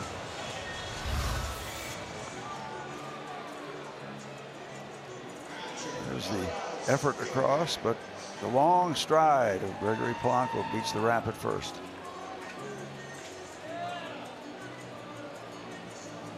A few years ago, Reyes might make that play. Yeah, and did. Long in the tooth. He's one of the best early on. Now 35 years old and in the lineup because they traded Asdrubal Cabrera earlier. Now Elias Diaz 2 for 2 against the starter Vargas, who's responsible for Luplow at second. Whenever I say Diaz against the Mets, I think back to what, a couple, 3 years ago when he had that huge night in New York. Just, I think, 2 home runs maybe. He had a big game against the Mets. Away from Pittsburgh. It was fun to watch. And a strike. Elias Diaz has hit safely now in all 6 career games against the Mets with 10 hits in 21 career at bats versus New York. Catch a gap and you might be able to take the lead. 2 outs. Polanco off of the contact. Just threw that ball right on by him.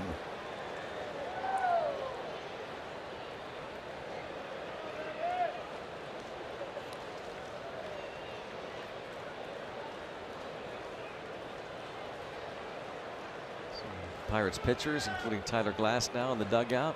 And Glasnow threw all those pitches last night. He won't be available tonight.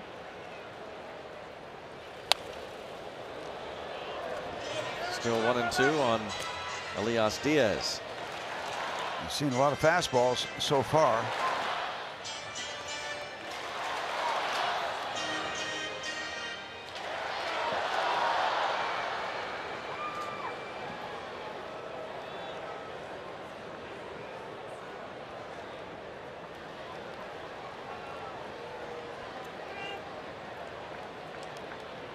Shakes off Plawecki a couple of times.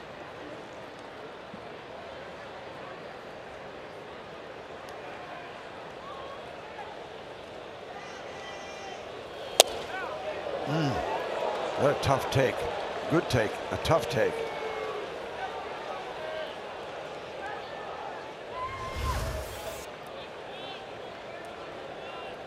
It's a hard, what, slider, maybe Yeah, cutter, Steve? Cut fastball. Yep. It's that little slide off the outside corner. Tough pitch to take. They're ready for a long ball. Yep.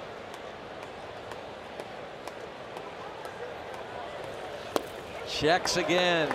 Also tough. Now the runners will be off on this pitch. David Freese on deck.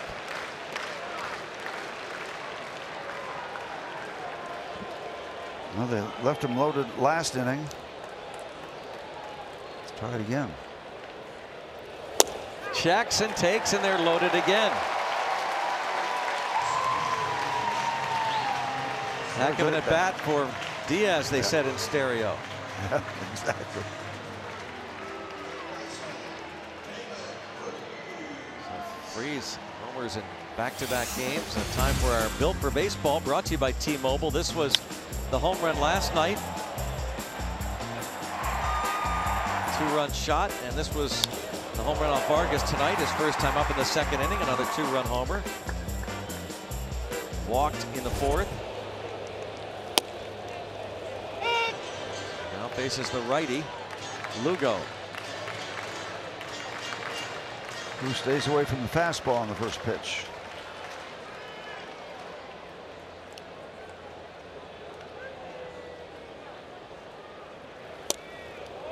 And the fastball puts Freese in the hole 0-2.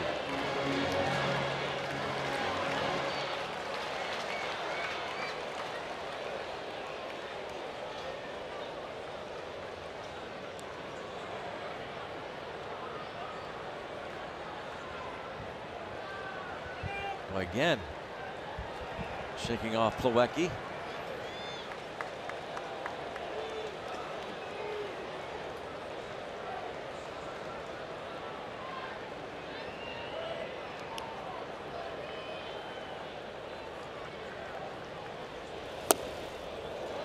.97 from Lugo. Not close. Certainly aware of the situation, reaching back and trying to get a little extra. Nova looking on. Long bottom of the fifth inning. So hope they can cash it in. And the block by Plawecki evens the count. Pirates batters here grinding it out against Lugo.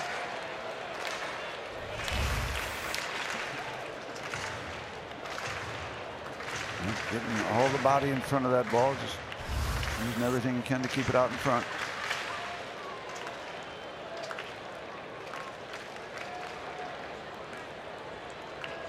Seth Lugo against David Freese.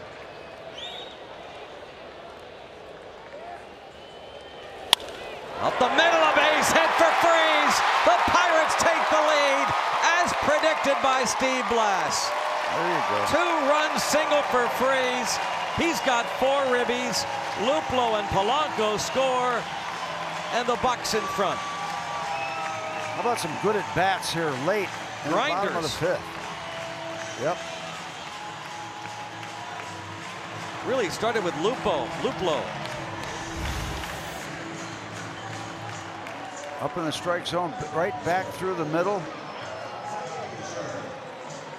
And it's taken a lot of work, but now the Pittsburgh Pirates are ahead in this ball game. Another look, solid at bats.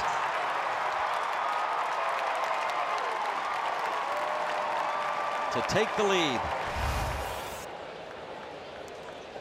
Here now is Adam Frazier with 2 on, 2 outs as Polanco scored.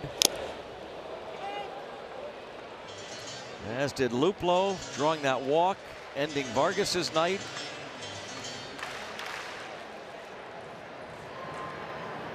More Tyler work. Bachelor. Frazier has had good at-bats, 2 good at-bats last night. Hit the ball sharply his first time up tonight.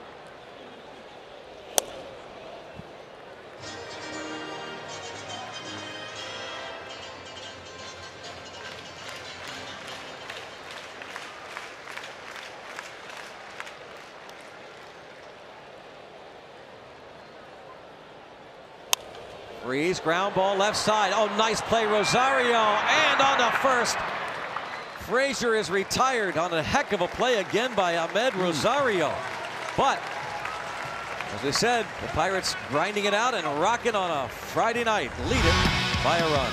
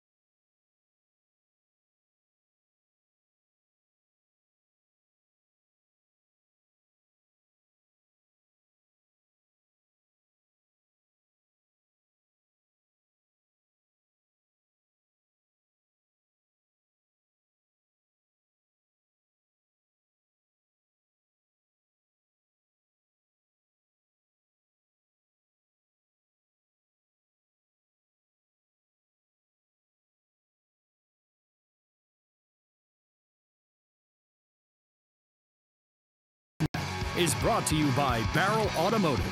Our service centers are now open evenings and weekends. Visit barrelservice.com for more. And by Allegheny Health Network, official medical provider of the Pittsburgh Pirates and fans like you. Let's go Bucks!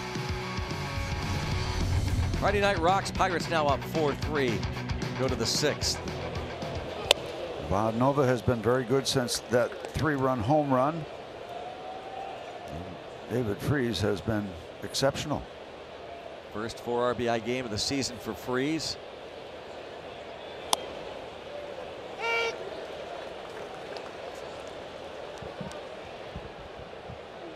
Michael Conforto with the home run off Nova in the first. And then struck out in the third. And since that very hectic top of the first inning, 3 base runners scattered by Ivan. 1 out double, 2 out single, another 2 out single. Got it together. Good lesson for young pitchers. Now you'd love to see a 0 after your team worked so hard to overtake the Mets. With a 0, let that lead exist as long as you possibly can.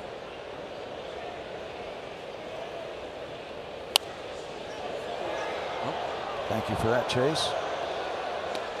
2-2.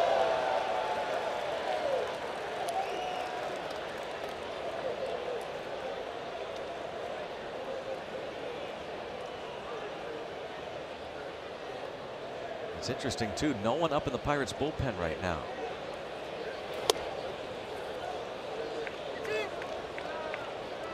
until now. Yeah, he's not ordering pizza. Collect call from area code 412. It's Yuki Rojas answering the phone, the Pirates bullpen coach.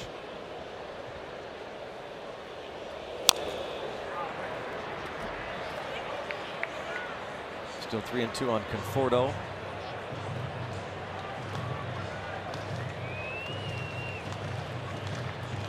Jose Bautista on deck.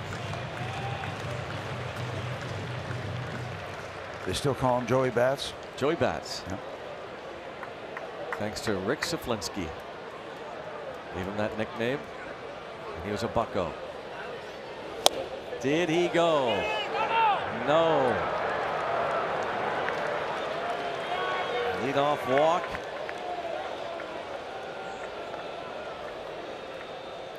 Well, the first one hurt him in the first inning. We hope this one does not.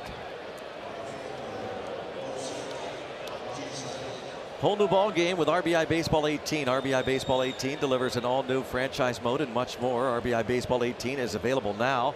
Learn more at RBIGame.com. Rated E for everyone. Batista's only hit into one double play.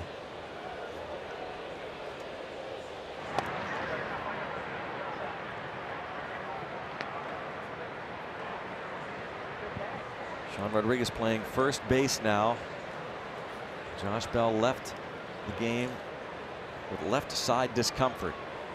These two have faced off a bunch their years in the American League. Bautista career .313 hitter against Nova. Still a little tardy on that 93-mile-an-hour fastball.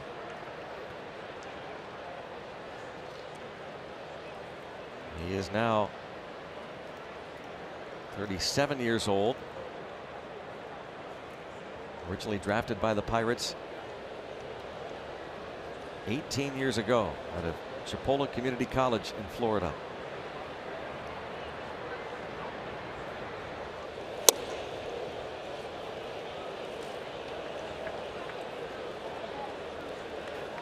Boy, what a yawning open area on that side of the infield as the Pirates shift heavily on Bautista. Just Sean Rodriguez to guard a big area. And he's got to hold the runner on initially.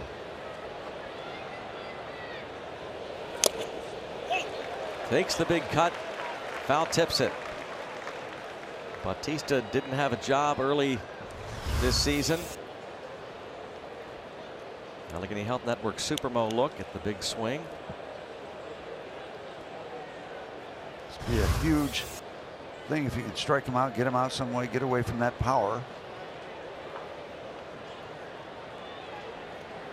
Ahead in the count, 1-2. That's a good start. Oh, a nice pretty block there by Elias Diaz. Very smooth. Boy, that was quick. Yeah, getting that body over there. That ball spiked, as we talk about, in the dirt. You don't know which way the spike and the spin is going to take it. As he really overthrew this breaking ball, and then he goes, Elias, yep. Perfect textbook work there to block that pitch. And it's big. You got a one-run ball game. It's a sixth inning. It's huge.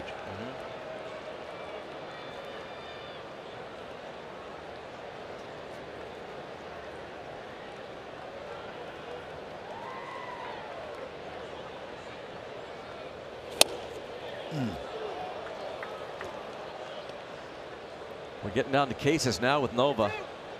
3-2. Yep. Reliever is ready. The rookie McNeil on deck. Edgar Santana.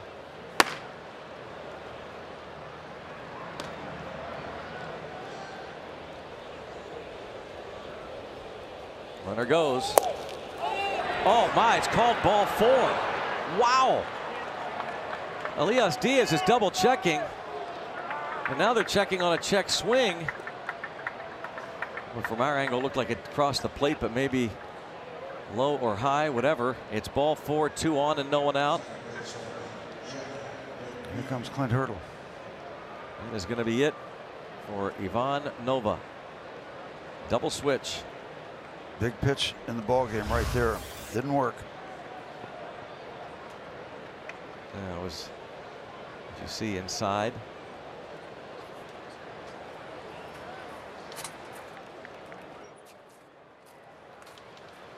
Could have got that part of the call.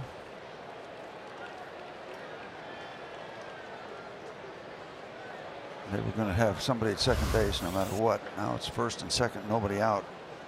Nova goes 5+, but trouble here in the 6th. Control-wise, which is an interesting part. It's up to the Pirates bullpen now. 4-3 Bucks, nobody out in the 6th.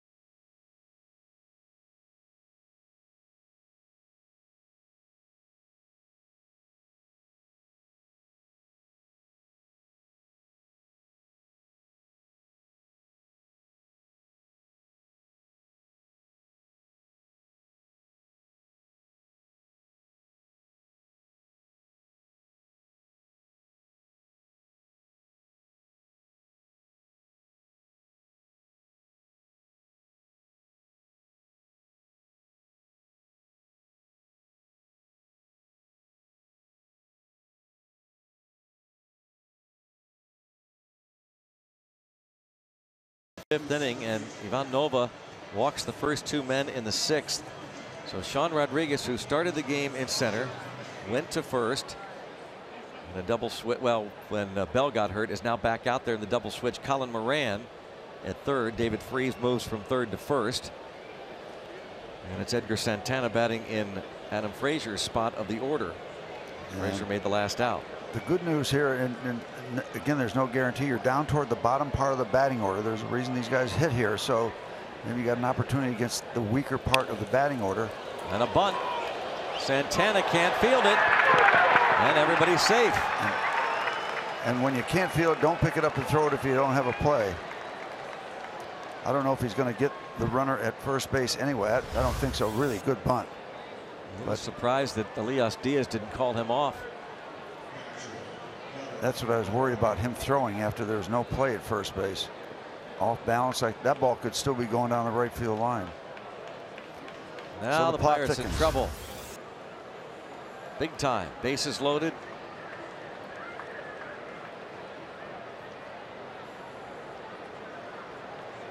Here's the catcher, Plawecki.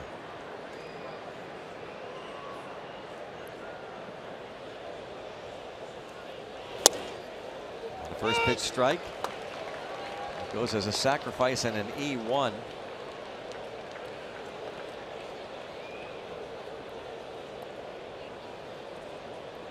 That's not a base hit. That's an error. I'm surprised. I think that'll change. That's got to be a base hit.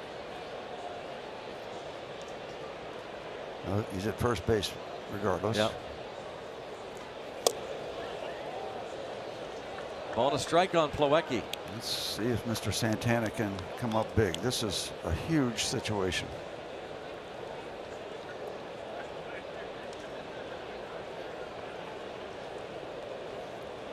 You're almost in a mindset of damage control here. Don't let this thing get out of hand. There's that good slider. The strikeout would fit very nicely here. Out in front, 1 and 2. Nice little downward finish to that cutter or slider, breaking ball. Von Nova Shaky control here in the 6th inning after the Pirates took the lead. 5 innings, 6 hits, 3 walks, 1 strikeout, 3 runs to this point.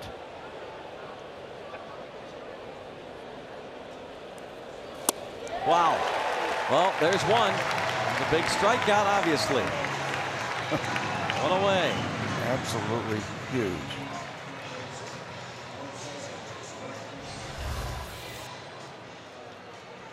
Again, you see that dot. That's the slider dot. Something off speed. It looked like it had that type of a spin. Regardless, it got a huge strikeout. Now, Jose Reyes, 0 for 2. great bat control that he has.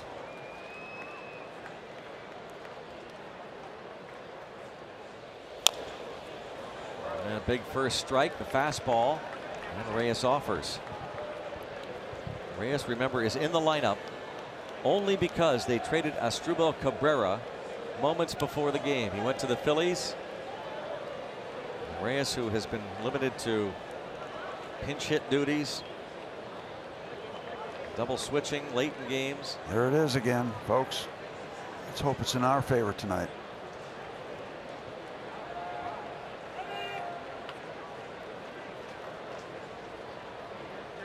I love Santana standing out there like that. See if you can just rush the routine a little bit. He's ready to throw as Reyes stepped out.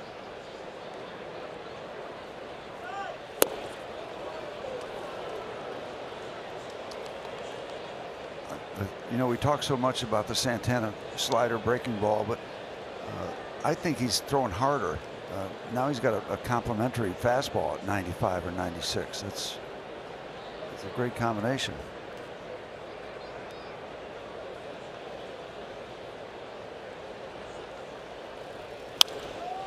And now out in front of Reyes, 1 ball and 2 strikes. He's a guy you wouldn't think is easy to strike out. He struck out 25 times in what, 100.5 at bat, something like that. Go back to what we talked about a few weeks ago. We heard a Yankees telecast. David Cohn talked about how if he were pitching today, these mid-30-year-old batters, he goes, fastballs. You got mid-90s.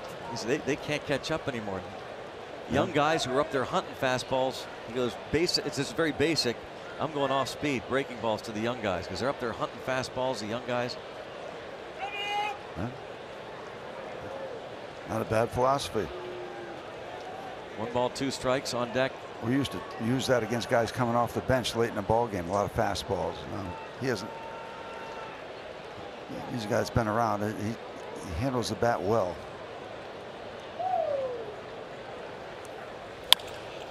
And toward left field, Luplow coming on. Luplow there to make the catch. Runner trying to tag. And the throw is over everybody's head. Somebody get back to the plate. The throw. Diaz safe. Luplow's throw sailed over everybody's head, but nobody was covering home. It's tied. Conforto was dead to rights. He had come halfway down the line. It's tied at 4. I was watching the runner, and it's Santana's responsibility to be behind home plate. Was it just overthrown over everybody as he cuts it loose and catches a flyer? My goodness. Almost an There's absolutely spectacular play on both Diaz and Santana's part, but Conforto gets in. And now Phillip Evans will pinch hit. It's the left hand in. There you see it. Yep. Not worth a challenge, and the Mets get even, and they're still in business. E7. Allowing that run to score.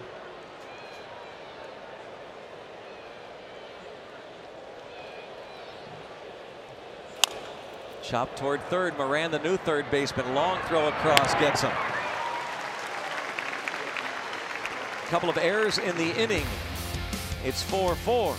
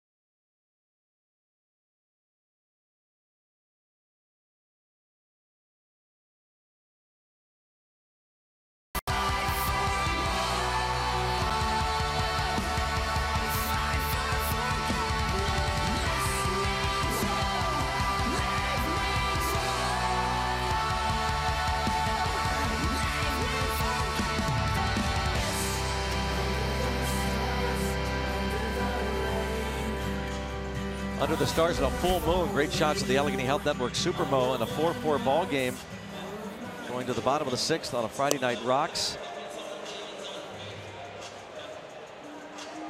An important game for the Pirates tonight.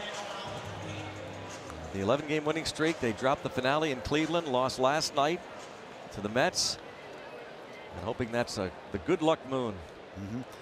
And an overview of that half inning. 2 errors, bases loaded, nobody out. Minimal damage as the dust settles. It could have been a 0 and should have been a 0, but the Pirates get away with just giving up 1 in a sloppy inning. Tyler Bachelor out on the mound for the Mets, made his debut against the Pirates when the Bucks were in New York, June 25th. He gave up a Josh Bell 2-run homer in that game in his debut. Jordan Luplow charged with the error. Josh Bell is not in the game anymore, in case you're just joining us. Josh Bell on a swing in the 2nd inning. His first at bat. Experienced left side discomfort. So Sean Rodriguez started the game in center, went to first. And at the top of this inning, a double switch, he's back in center, and it's 1 ball and 2 strikes. Overmatched on those 2 fastballs, 97 then 98 from Bachelor. Bringing some heat out of the Mets bullpen. See Sean choking up. Wow. To no avail. 99 just went right up the ladder. 97, 98, 99. Just his 6th appearance for Mr. Bachelor, and that was impressive.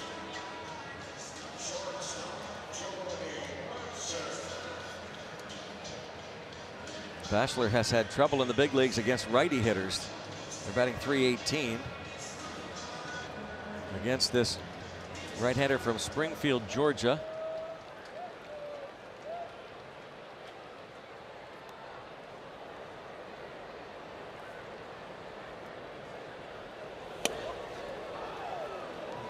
He's just going to go ahead and try to throw it right through the wall. Did a peach of a job against his first hitter. Georgia. I got it. Native. I got it. Okay, all right. Work with me here. Yeah. Nothing subtle about it. Backs it off to 83 from the high 90s.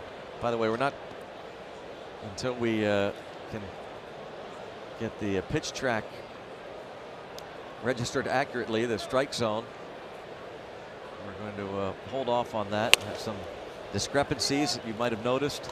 Especially in that last pitch to Batista. So once it's registering properly, we'll get it back out on the screen for you.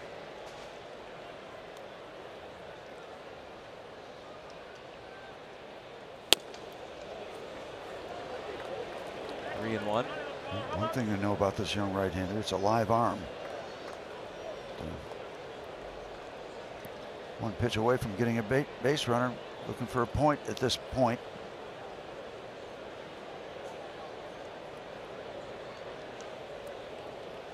$100 miles an hour. You got a tattoo on your arm that says 100 miles an hour. Give me a break.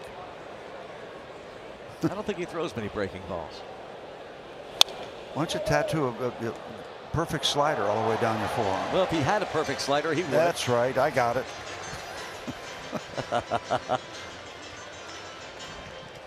Not bashful, Bachelor. Now, is that all tattoo, or is that a sleeve of some kind? I don't know what this stuff is. It's a tattoo sleeve. That'd be a lot of ink. Looking stylish. Yeah. And not very understated. Whoa. Ball four. So you got to change the tattoo to 96. That's all there is to it. We'll see if Colin Moran can't tattoo a pitch here against Bachelor, even though lefties haven't done much against him. And a short sample size, 2 for 12. He's giving up a home run in his first 9 innings of work.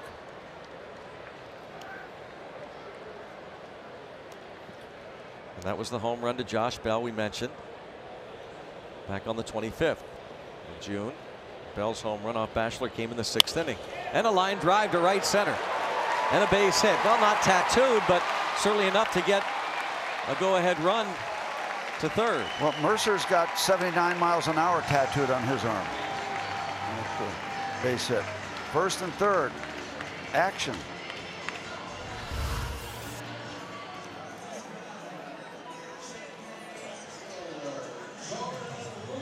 Did I say?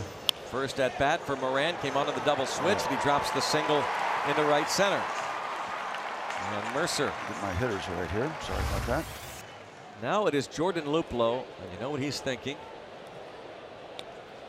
Upset with himself, that overthrow to the plate.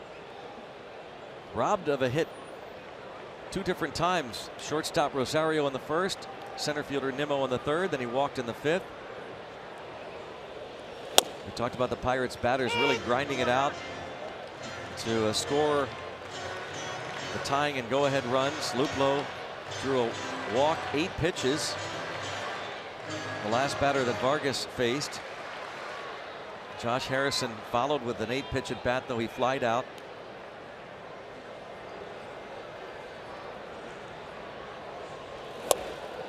And 1 ball and 1 strike. Elias Diaz was a part of that last inning when he walked on 7 pitches.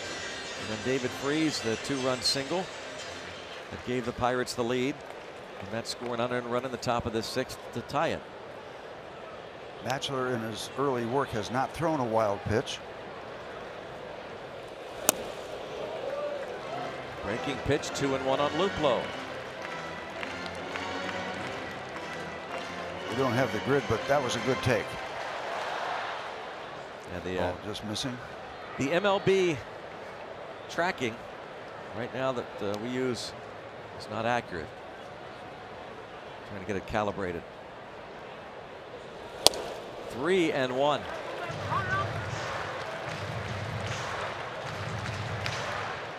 Jay Hay is on deck. This is a great opportunity, and it's not automatic even if you get it, but you would think he'd be looking for fastball. He's trying to throw strikes. Many times young pitchers will go to the fastball. See if he can catch up with one. He walked him. 2 walks in the inning, and now they're loaded.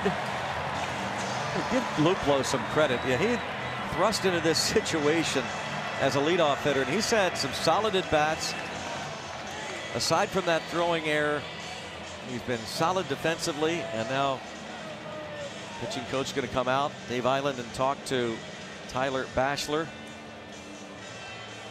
I saw Jordan Luplow play a bunch last year, but as Clint Hurdle said before the game, he's one of those guys that you see him once or twice, not bad, that player. Then you watch him over a whole maybe series, homestand, you go, wow, that guy is pretty good. He's actually really good. And then you watch him over an extended season, you go, that guy is a really, really good baseball player.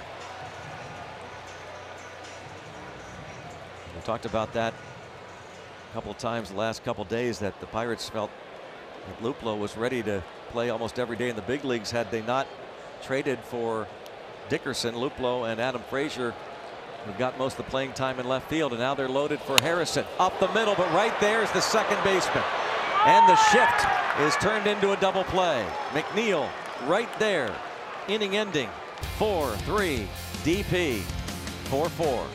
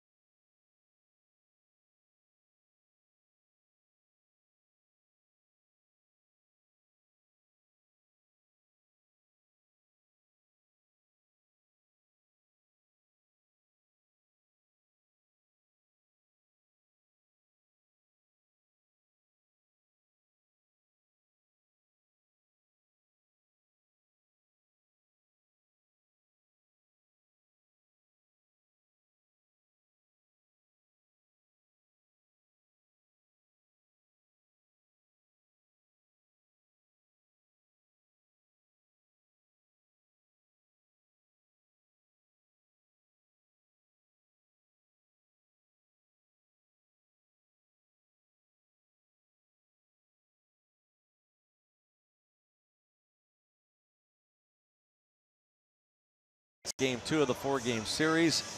The top of the 7th inning will be the top of the order for the Mets. We want to pass along our sincere condolences, thoughts, and prayers to the Costco family. Andy Costco, who directs Penguin games on AT&T Sportsnet and works some of our baseball shows. His dad passed away today. Andy Costco, so our thoughts and prayers to Andy, his wife Heather, and 2 children, Katie and Carly, and the entire Costco family. Thoughts and prayers. Amen. Here's Edgar Santana facing Ahmed Rosario. Ball 1. And what a job Santana has done to this point. Josh Frustration Harrison, for Josh. So frustrating to have that opportunity. They say hit the ball hard up the middle. Yep.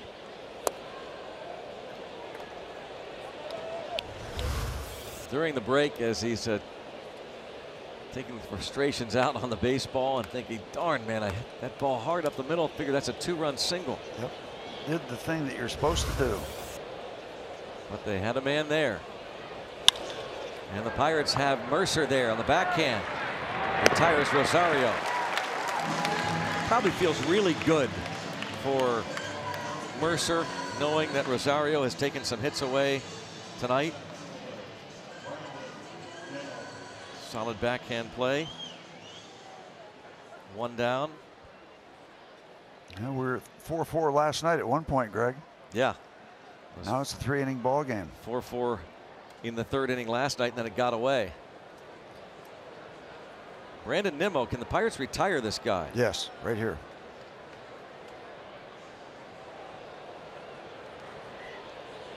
He has been on base 7 times, 8 plate appearances in the first 2 games of this series. We're going to get Captain Nemo here. He has walked 4 times.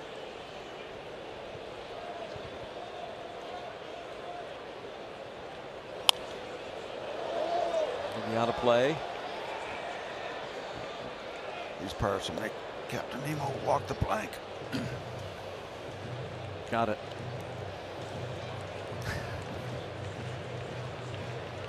You want to add an R. Edgar Santana. Santana. 0-2 on Nimmo.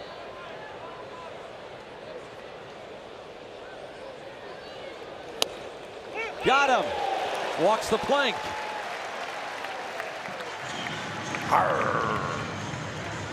Second K for Edgar Santana. Look at that pitch, the movement from back over the plate.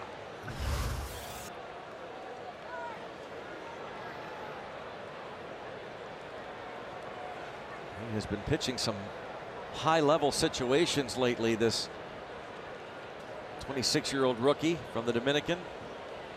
He's not just a slider ball pitcher anymore. Got that kind of speed. Went off speed there. What that pitch was. I'm not sure. 89 miles an hour. That's not his fastball. You know that much.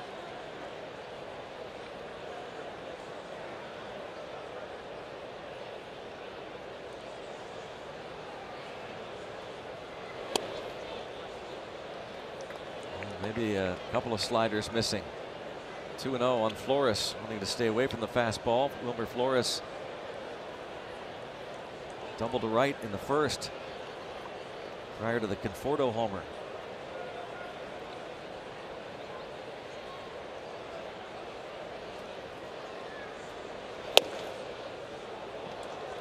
And now he falls behind 3-0.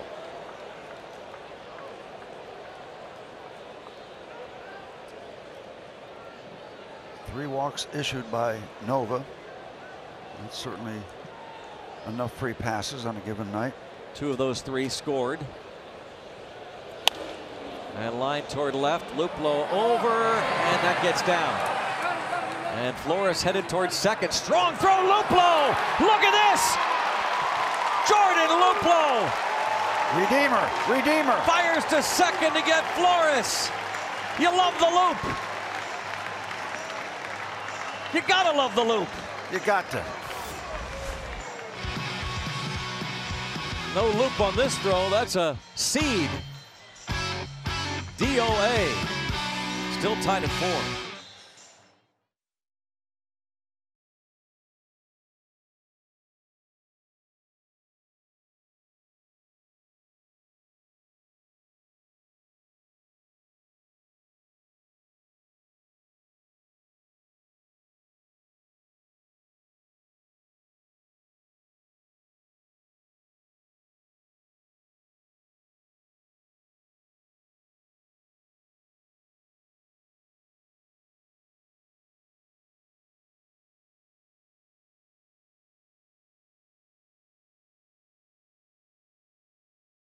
Colorado and your Western PA Chevy dealers.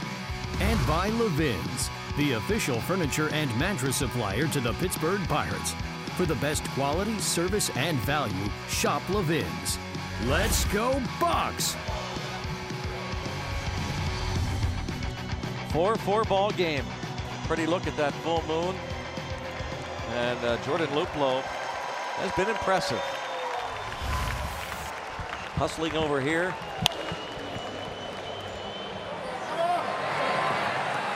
I mean, Flores, when he's leaving the batter's box, he's thinking it's almost routine, the double.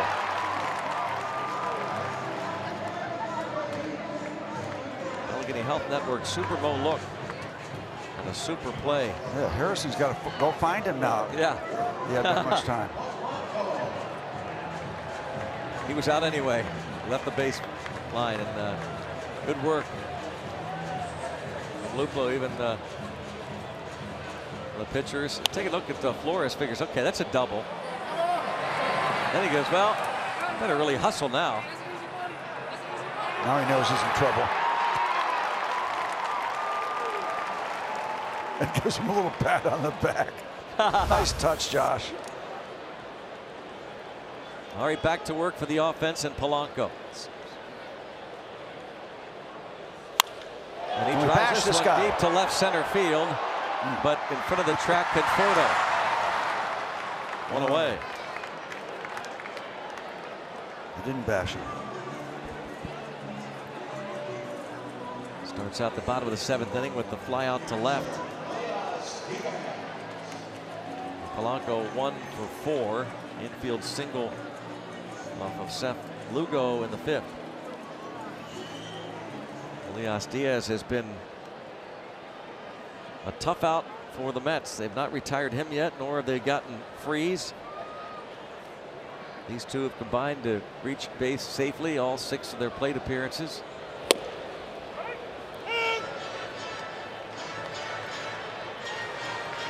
Diaz and Freeze have 4 of the Pirates' 6 hits.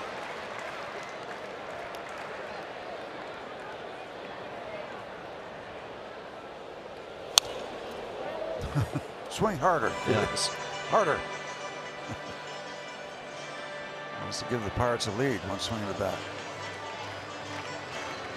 He has 7 homers.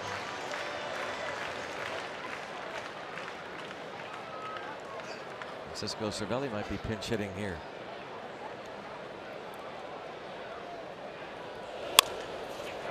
And deep third, Reyes for the 2nd out.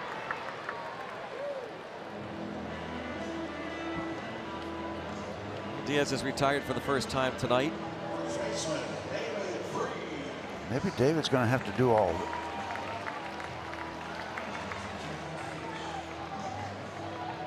Freeze has homered, walked, and singled in a pair of runs. First 4 RBI game this season.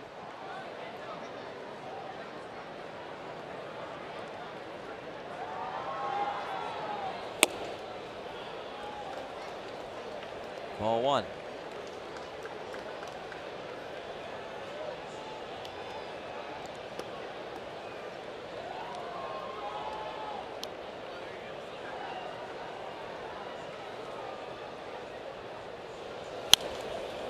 You see our pitch tracks is back. Got that issue resolved. 1 ball and 1 strike on David Freeze. Tyler Bachelor got out of that jam in the 6th. Joe Musgrove wants to hit. That would make it the sleeve against the sleeve. Yeah. Well, you know, the Pirates are shorthanded apparently with Cervelli on deck, the second catcher. Clint Hurdle is down to maybe a pitcher. Maybe doesn't want to use Marte or Dickerson at all.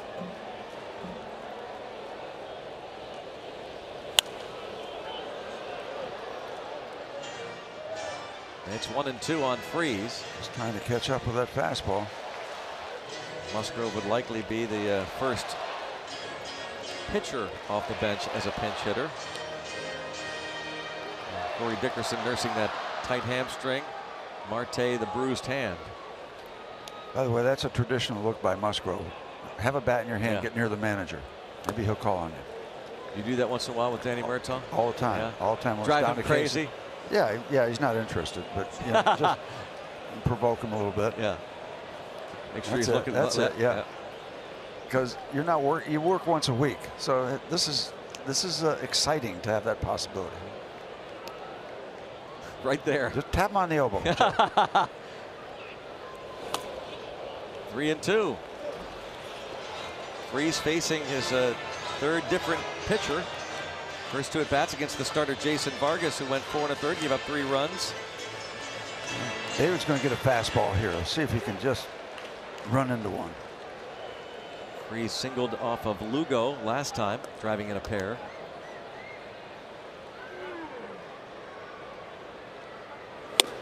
And he walked him. He is on base for a 4th straight time in this ball game. Second walk as he took the fastball up and in. Third walk by Batchelor. Freeze has now reached base safely in 5 straight plate appearances. Earlier today, Corey Dickerson going through some baseball activity. And Starling Marte was hitting. So they are very close to returning.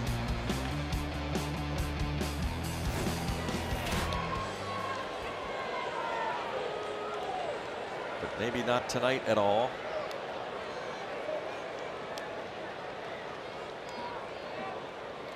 Francisco Cervelli. Pinch hitting and popping up on the first pitch. And that does it for the Bucks in the 7th. Still tied at 4, heading to the 8th.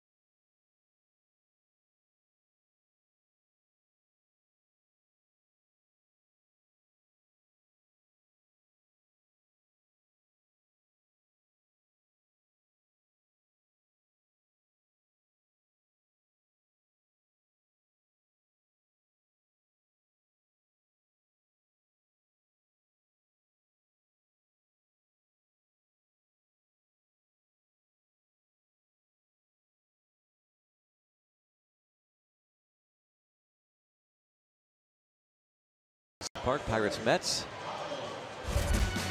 Point Park social media date night and church family on Faith Night. These folks getting ready for Faith Night after the game. Clint Hurdle, Pirates players and coaches. Going to talk about how important faith has been in their lives, both on and off the field.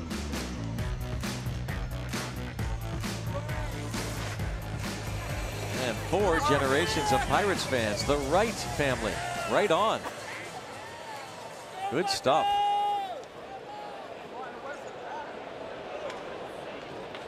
Hoping for a Pirate win. Here's Kyle Crick. Faces Michael Conforto to start the 8th.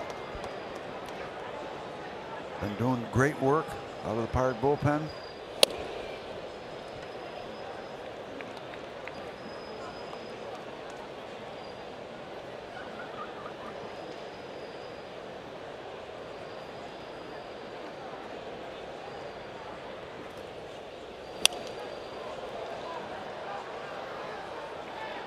Crick with a 1-out, 3-run homer in the first inning off Ivan Nova. His 14th of the year, made it 3-0. The Pirates scored twice in the bottom of the second inning. The home run by David Freese. Conforto hit the 3-run homer off Nova and lines this into right. He's on base for a 3rd time. Conforto, the base hit to right.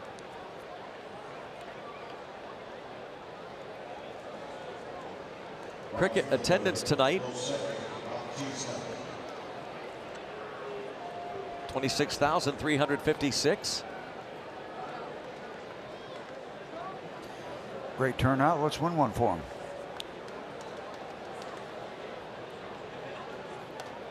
Here's Jose Bautista. He's been on base twice. Broken bat. Shallow left. There's Luplo. 1 out. Batista's way up on the bat, and you can get inside, get on the hands, and you can hear that sound on occasion. A bat sheet being shattered.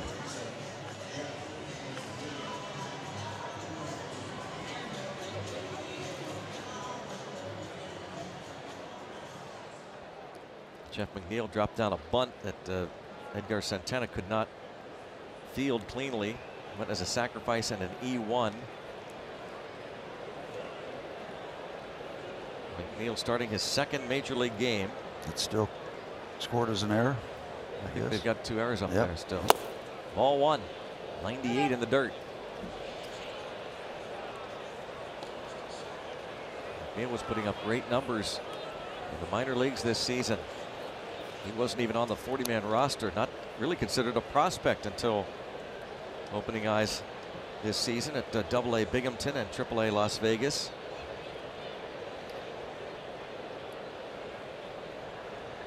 Runner goes. Helios Diaz coming out of that catcher's position. He loves to throw. He was ready to gun it to second.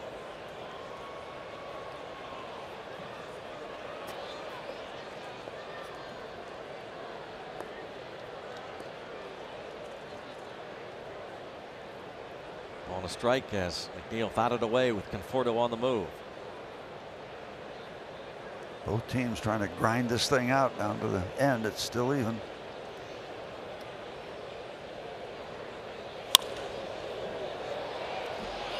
'97, 1-2 now on McNeil, who had 19 homers and 71 runs batted in 88 games in the minors. Speaking of RBIs, Will Craig, AA Altoona, has 81 runs batted in, 3rd most in all of minor league baseball. And a strikeout. McNeil goes down swinging. Came away from the fastball, got him out in front. Big strikeout for Kyle. See the spin. No fastball, so it doesn't have to be perfect. He was guessing fastball.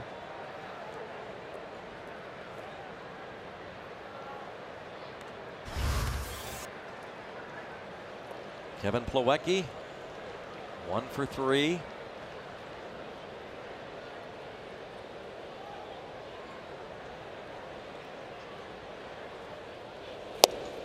He takes a strike.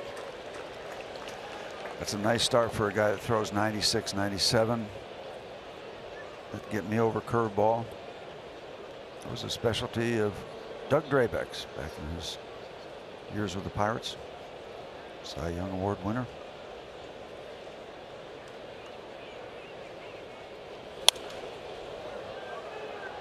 0-2 on the man from Purdue. Supplemental first-round pick. Supplemental first-round pick in 2012. About a dozen players have reached the big leagues out of Purdue. Oh, I know one of them. Jordan Comedina did not. He is one of the bullpen catchers, but did play college ball at Purdue. And yeah, I know you know the one who was your roommate. Yeah, Boilermaker, Bob Friend. Runner goes, and breaking ball hits Plawecki, who had no interest in trying to get out of the way. 0-2. Puts 2 on for Jose Reyes.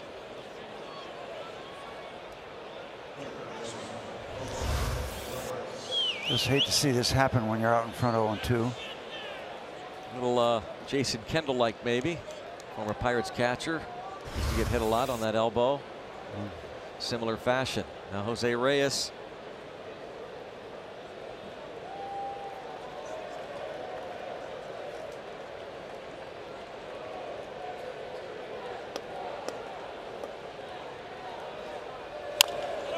Chopper. Nobody over there. Oh, nicely done. Crick does get there as David Freese shovels it over to the pitcher. For the final out in the top of the 8th. They can smile now. Crick says, whoops. Better get there, and does.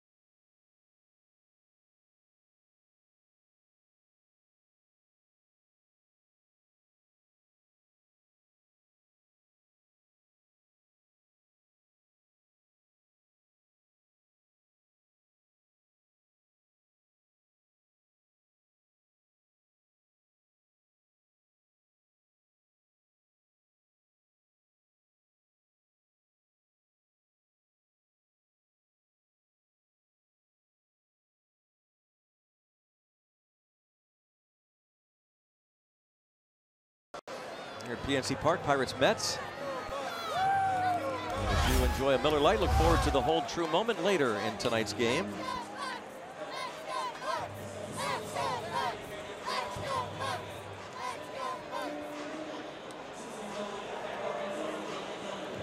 To New York fans, all by themselves. Here is Jacob Rame on now. A rookie making his 17th appearance. Faces Sean Rodriguez. Who's going to be the hero tonight? Pirates, when they went through that 11-game winning streak with maybe 1 or 2 exceptions, games were fairly well in hand. Of course, the most memorable of all, part of that 11-game streak, was the Sunday come-from-behind walk-off in the rain to beat the Brewers and sweep that 5-game series. And now 3-0.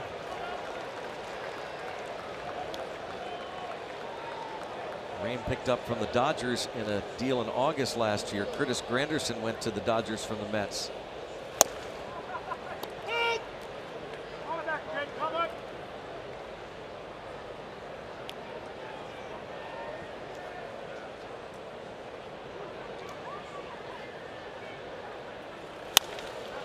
Popped it up.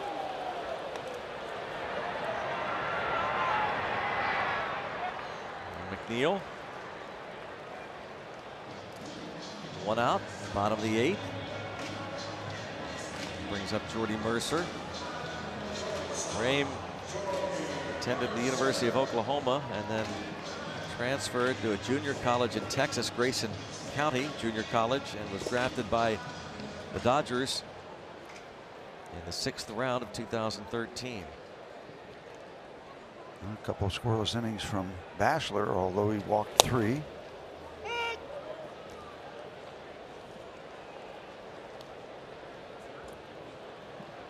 So no Marte, though he spoke to the media before game time.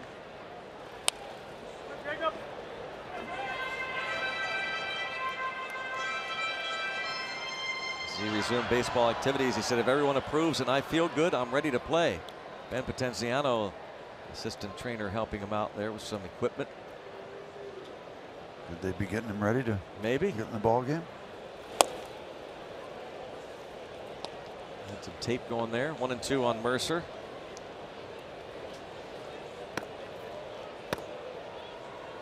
Getting down to cases. 98, but outside. 2-2.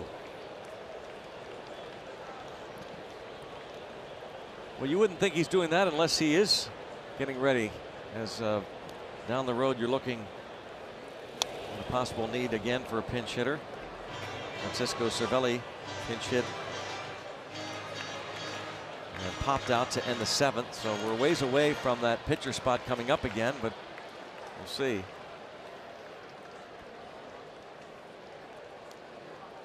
Rame has given up 4 home runs. Line drive, base hit for Jordy Mercer. To start. I like that note. He's given up the 4 home runs in how many innings we're talking about, too? Not 16 innings, something like that. Yeah, 16 innings. And here's a guy, Moran, who will not be facing Rame. Instead, it'll be the lefty Jerry Blevins. Mickey Callaway, the rookie skipper of the Mets, will bring on Blevins to face Moran.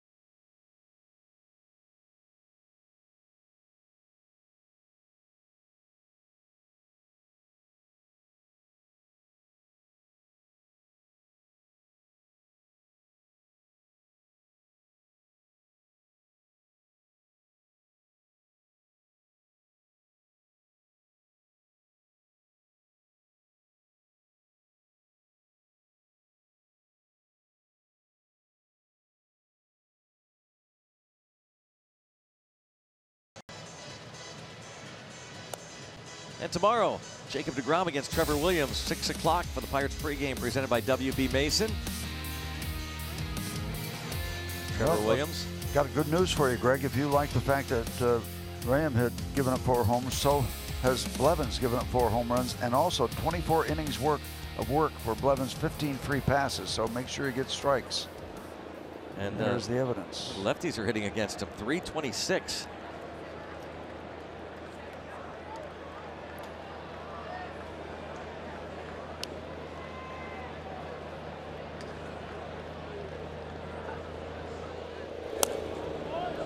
Moran doesn't see a lot of lefties. He again did not start tonight. With the Jason Vargas on the hill, didn't start last night against Mats.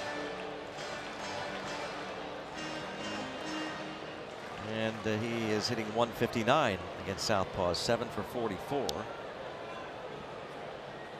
Hasn't hit a home run off a lefty yet.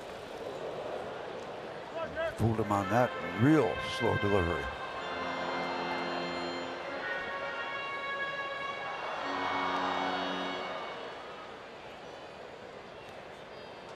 Rosario swung over on the right side. That's the shortstop playing second base side of the bag.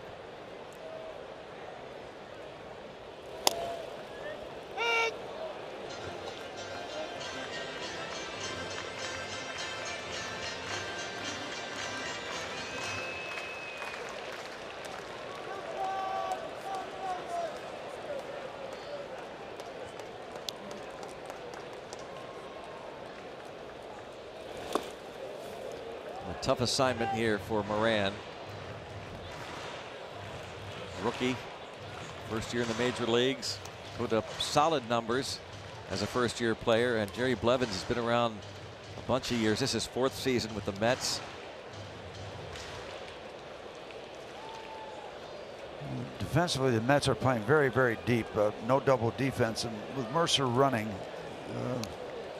you're probably not going to score on a double unless you catch the notch. Perhaps, but we'll take anything we can get.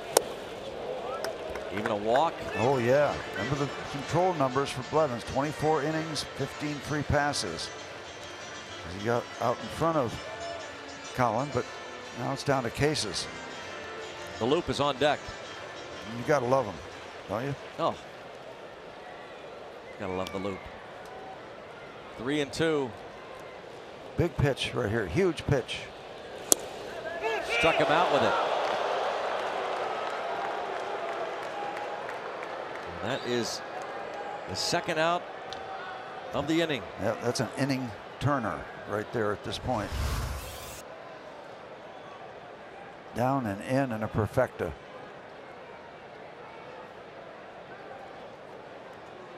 And that looks like it's going to be it for Blevins. He had one job to do, and he did it. Retires Moran. That left on left matchup despite the splits. And Anthony Swarzak, who had a 2-inning save the other night for the Mets, will come on and try and keep this game tied.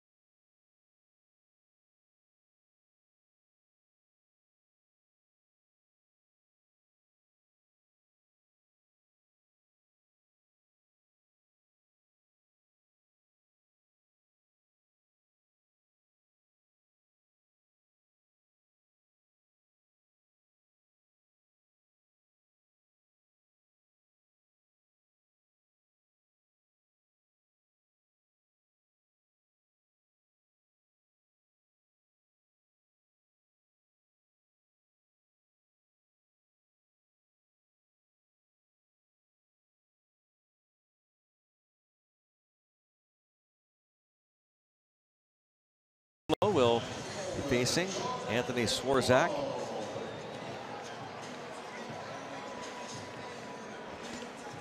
And he has given up 5 home runs. He's worked a total of 19 innings, 24 hits given up. High ERA. Again, a 2-inning save the other day.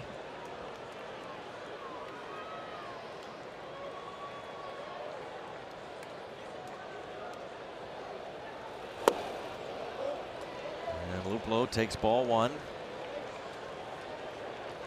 I'd love to see him get on and give Josh a chance for a redeemer. That double play ball last time up. He'd love another chance. He'll get one regardless.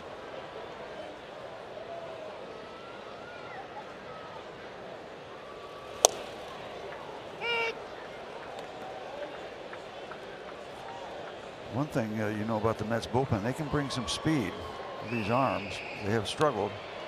There's no lack of speed.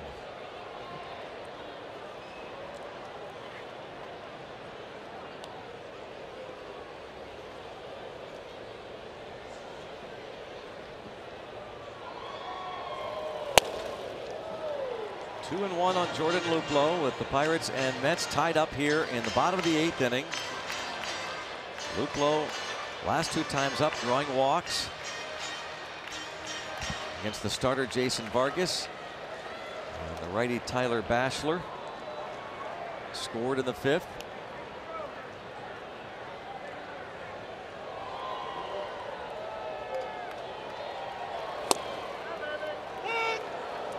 Evens the count on Luplow.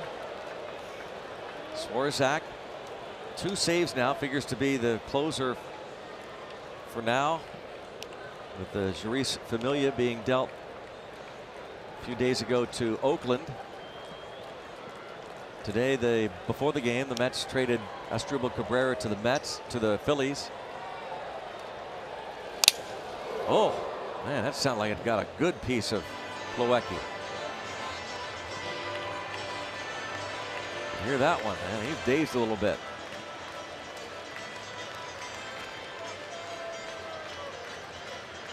That's an issue that the Pirates are very familiar with the last couple years with Cervelli. Off the glove, off the mask. Listen.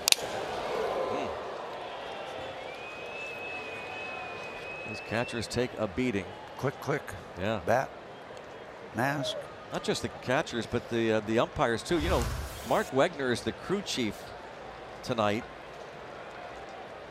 He was promoted to crew chief because Dale Scott retired after last year. Dale Scott, longtime umpire, because of concussions. And now 3-2.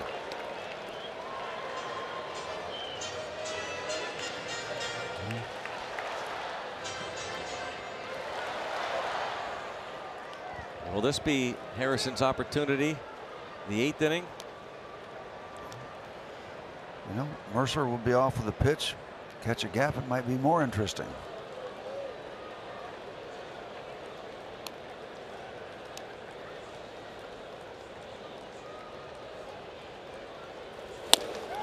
Swarzak gets him on the high fastball, and we're going to go to the 9th inning tied up at 4.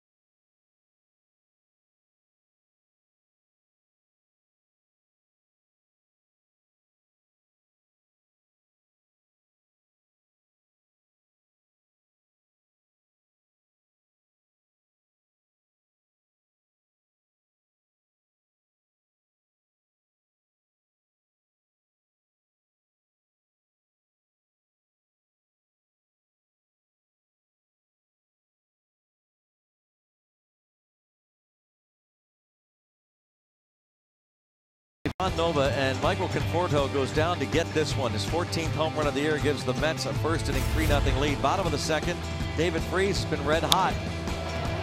And Mr. Freese hits his 7th home run of the year. He's homered in back-to-back games, cuts the lead to 1. Bottom of the 5th, it's Freese again. A base hit up the middle to score Jordan Luplow and Gregory Polanco. The Pirates take the lead.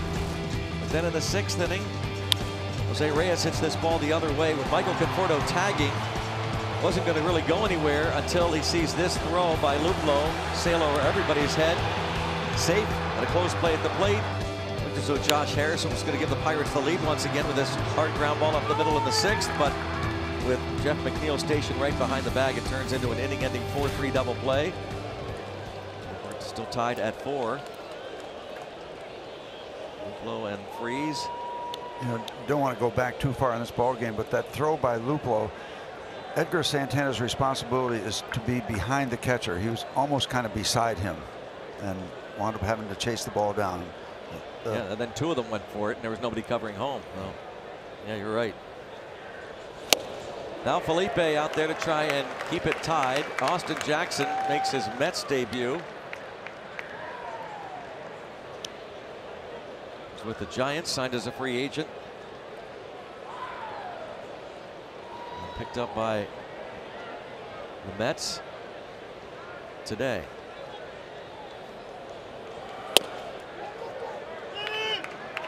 Nope, going to Mark Wegner. You're talking about the game summary. They scored the 3 on the home run, and then just one more run since then, and it was tainted. So Pirate pitching has been very good since the 1st inning, but nothing decided yet. How about those shoes? Nightmare for Felipe. 2-1. Well, nothing dull about that get up.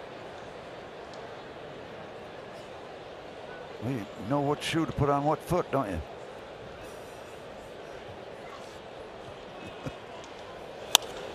Jackson fouls that one away. Hit 242 with the Giants over 59 games. Traded to the Rangers July the 8th, but did not appear in a game before he was released by Texas 6 days later. And signed by the Mets.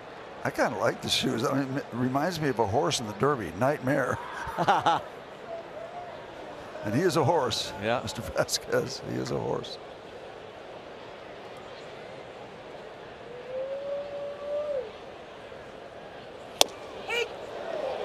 Strike 3. And not much question about that one. It's hopefully the beginning of a 3-out nightmare here in the 9th.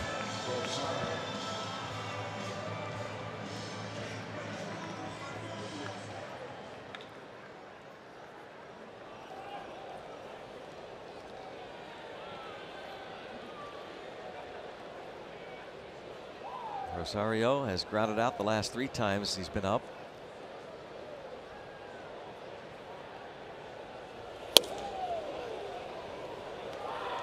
Could have got the call there if our machinery is right.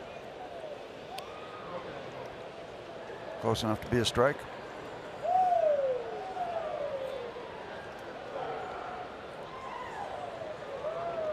Shortstop Rosario was 2 for 6 last night.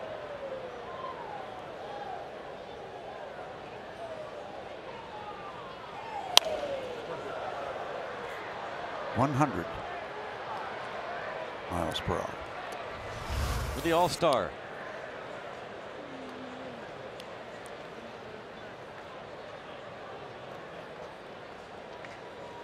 It's quite a look there, huh? Mm-hmm. So you used to seeing those shots of a boxing match, you know, with the sweat flying out.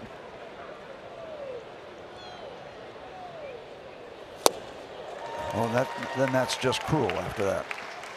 Off speed at 89.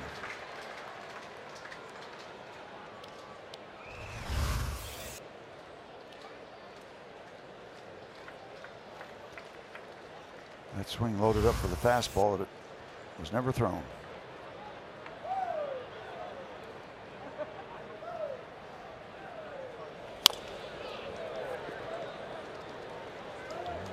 Still Another 1-2. off-speed pitch at 90 miles an hour.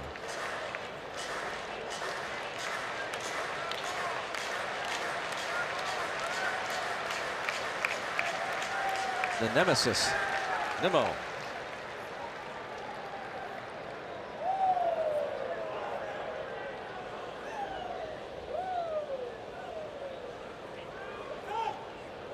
One and two. 3 digits, but up a bit. Ahmed Rosario, the 22-year-old from Santo Domingo Centro in the Dominican Republic, facing the Pirates all-star closer Felipe.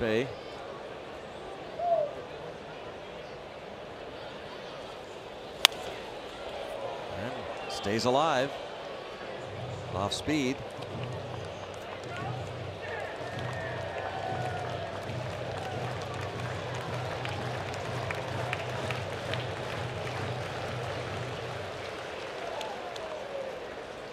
Not a save situation, but a chance to get a W if the Nightmare can put up a 0 and the Pirates can get a run in the bottom of the 9th.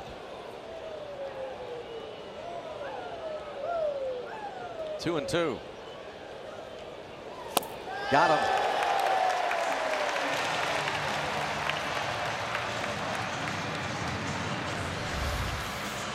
So tough when you don't get the fastball. You've got to start your swing early. You got to cheat a little bit. And then when they throw something else, you're in trouble. You've already committed. That's something.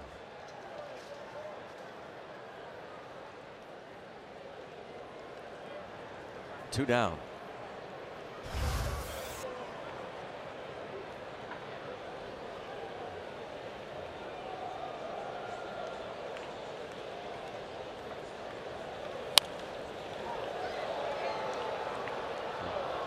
Casual 3-digit fastball.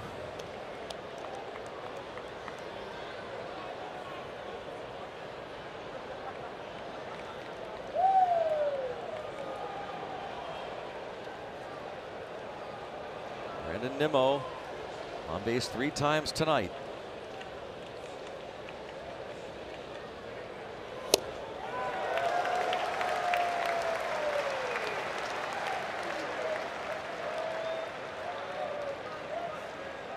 Mets go to the rookie. Looks like Tim Peterson. They've got a couple pitchers out there now.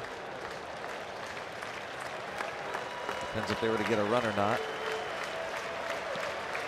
Selman has become a guy who can close games now as well. 0-2. 1 ball, 2 strikes.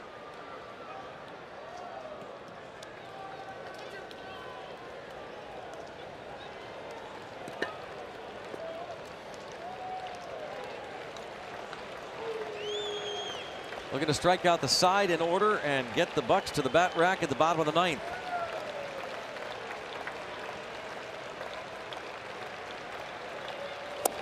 Yes, no.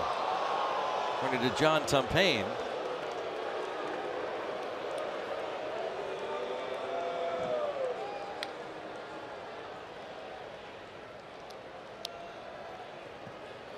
Two count on Nimmo. Wilmer Flores has been the Pirates' nightmare of sorts over the years, and he's on deck. Get him here, Felipe. Get him here, right here. Chopper left side. Deep, short, no chance. That's going to be an infield hit. Nimmo on again. And here comes the Nightmare against the Nightmare.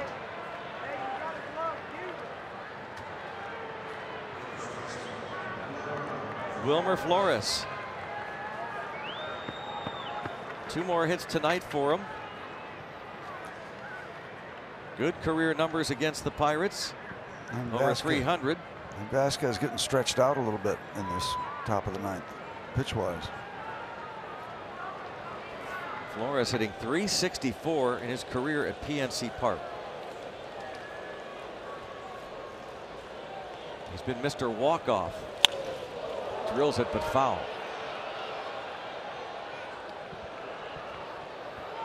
Looking out at Vasquez, and yeah, it was a little out in front of that breaking ball.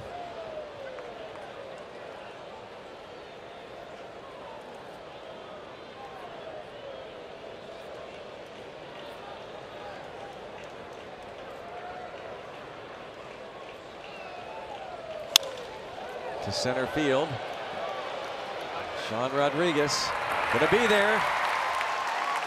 Well, the Pirates have 3 walk-off wins this season. Josh Harrison will start things off. Then it's Gregory Polanco, and if needed, Elias Diaz.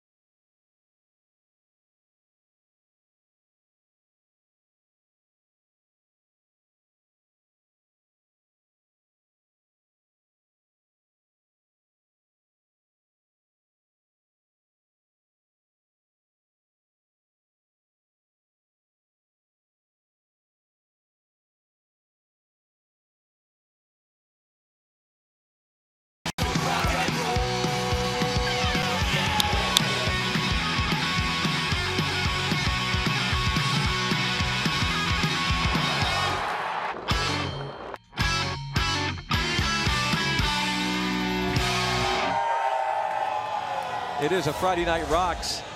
It's a 4-4 ball game. Josh Harrison, one of his many fans, hoping Jay Hay will at least get things started here against the rookie Tim Peterson. The Pirates feel like they owe Peterson. He picked up his first big league win in New York last month, pitching a scoreless top of the 10th. That was the game that was walked off by Flores, the bottom of the 10th. That number there, 6 home runs. He's given up 9 runs in his last 8 innings.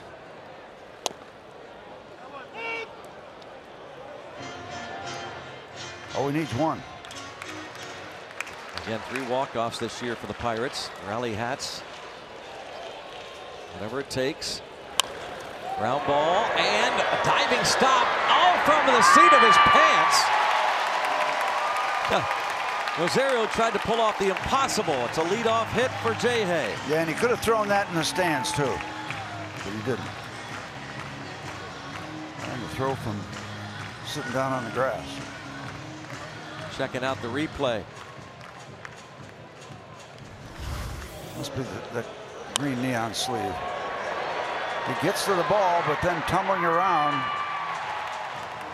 makes a throw that was not going to get Josh. So here we go. Here's Gregory Polanco.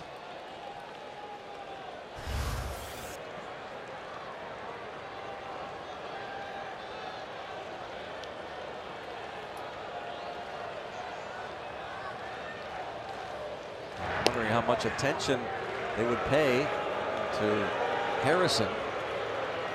Worried that he might try and steal a bag. He's not done much of that this year. No. 3 steals. That's really a surprising number.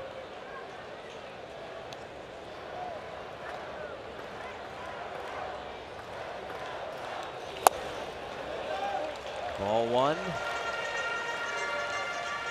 The count favors the hitter here.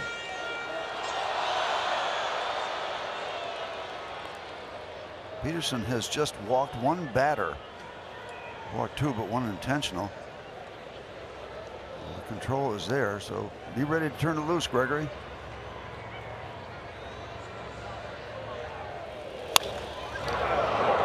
Look out, Tamara Barty. That would have been nice going down into the right field corner.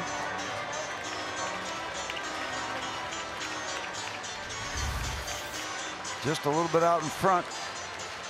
As you can see, the first baseman floor is just kind of sitting on the chalk. So he's not wanting to let anything get down in that right field corner.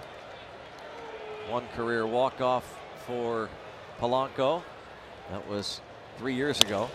Bounces this ball right side and through, and Jay Hale head to third. First and third, and nobody out for the Buccos as Gregory Polanco singles to right. Oh boy.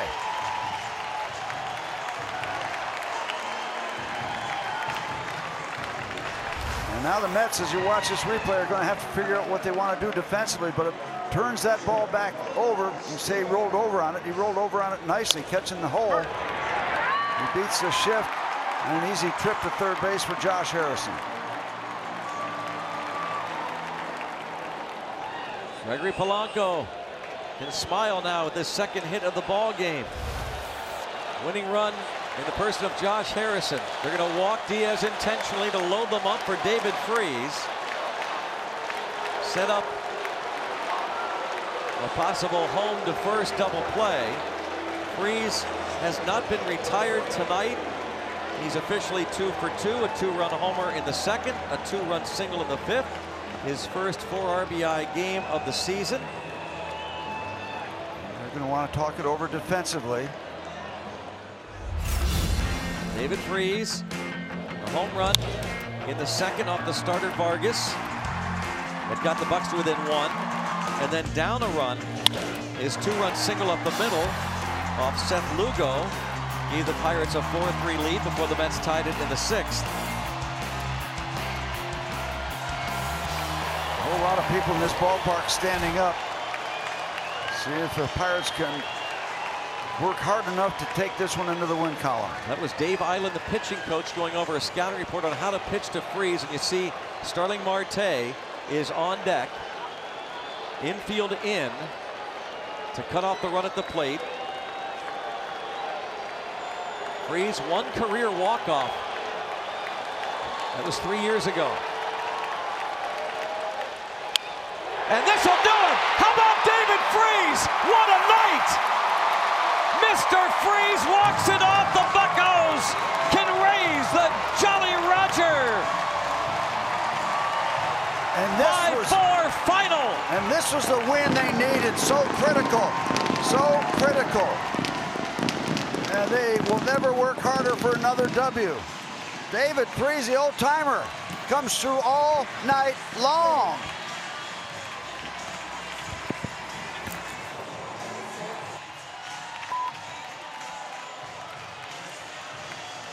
His first walk-off hit as a Bucco.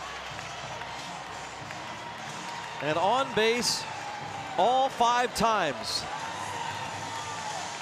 And the Pirate faithful keep the faith on faith night and come out with a win they really sorely needed to have. And they worked so hard after being behind 3-0 in the first inning. Another look at a shot to right center field. Off the bat of David Freese to score Josh Harrison. A no-doubter. Heck, the only question was it going to travel deep enough maybe to get out of here? Wouldn't that have been something? The Allegheny Health Network look at it. David Freese, first career Pirate walk-off, says, come on, let's celebrate. Wow, isn't that fun? Isn't that fun? That is a blast. Boy, some postseason memories of David Freese with that piece of work he did tonight. They walked Diaz intentionally. And the Pirates fans' prayers were answered. Let's go downstairs to Dan Potash. All right, gentlemen, thank you very much. Well, David, you've been around baseball for quite some time. You've done the walk-off thing before. How much fun is it to continue to do it again? And it obviously never gets old, you know. We had a good run, 10, 11 games. Skid a little bit to come back here. There's more people in the seats. than last time we were here, and this is awesome. Hey, you look thirsty.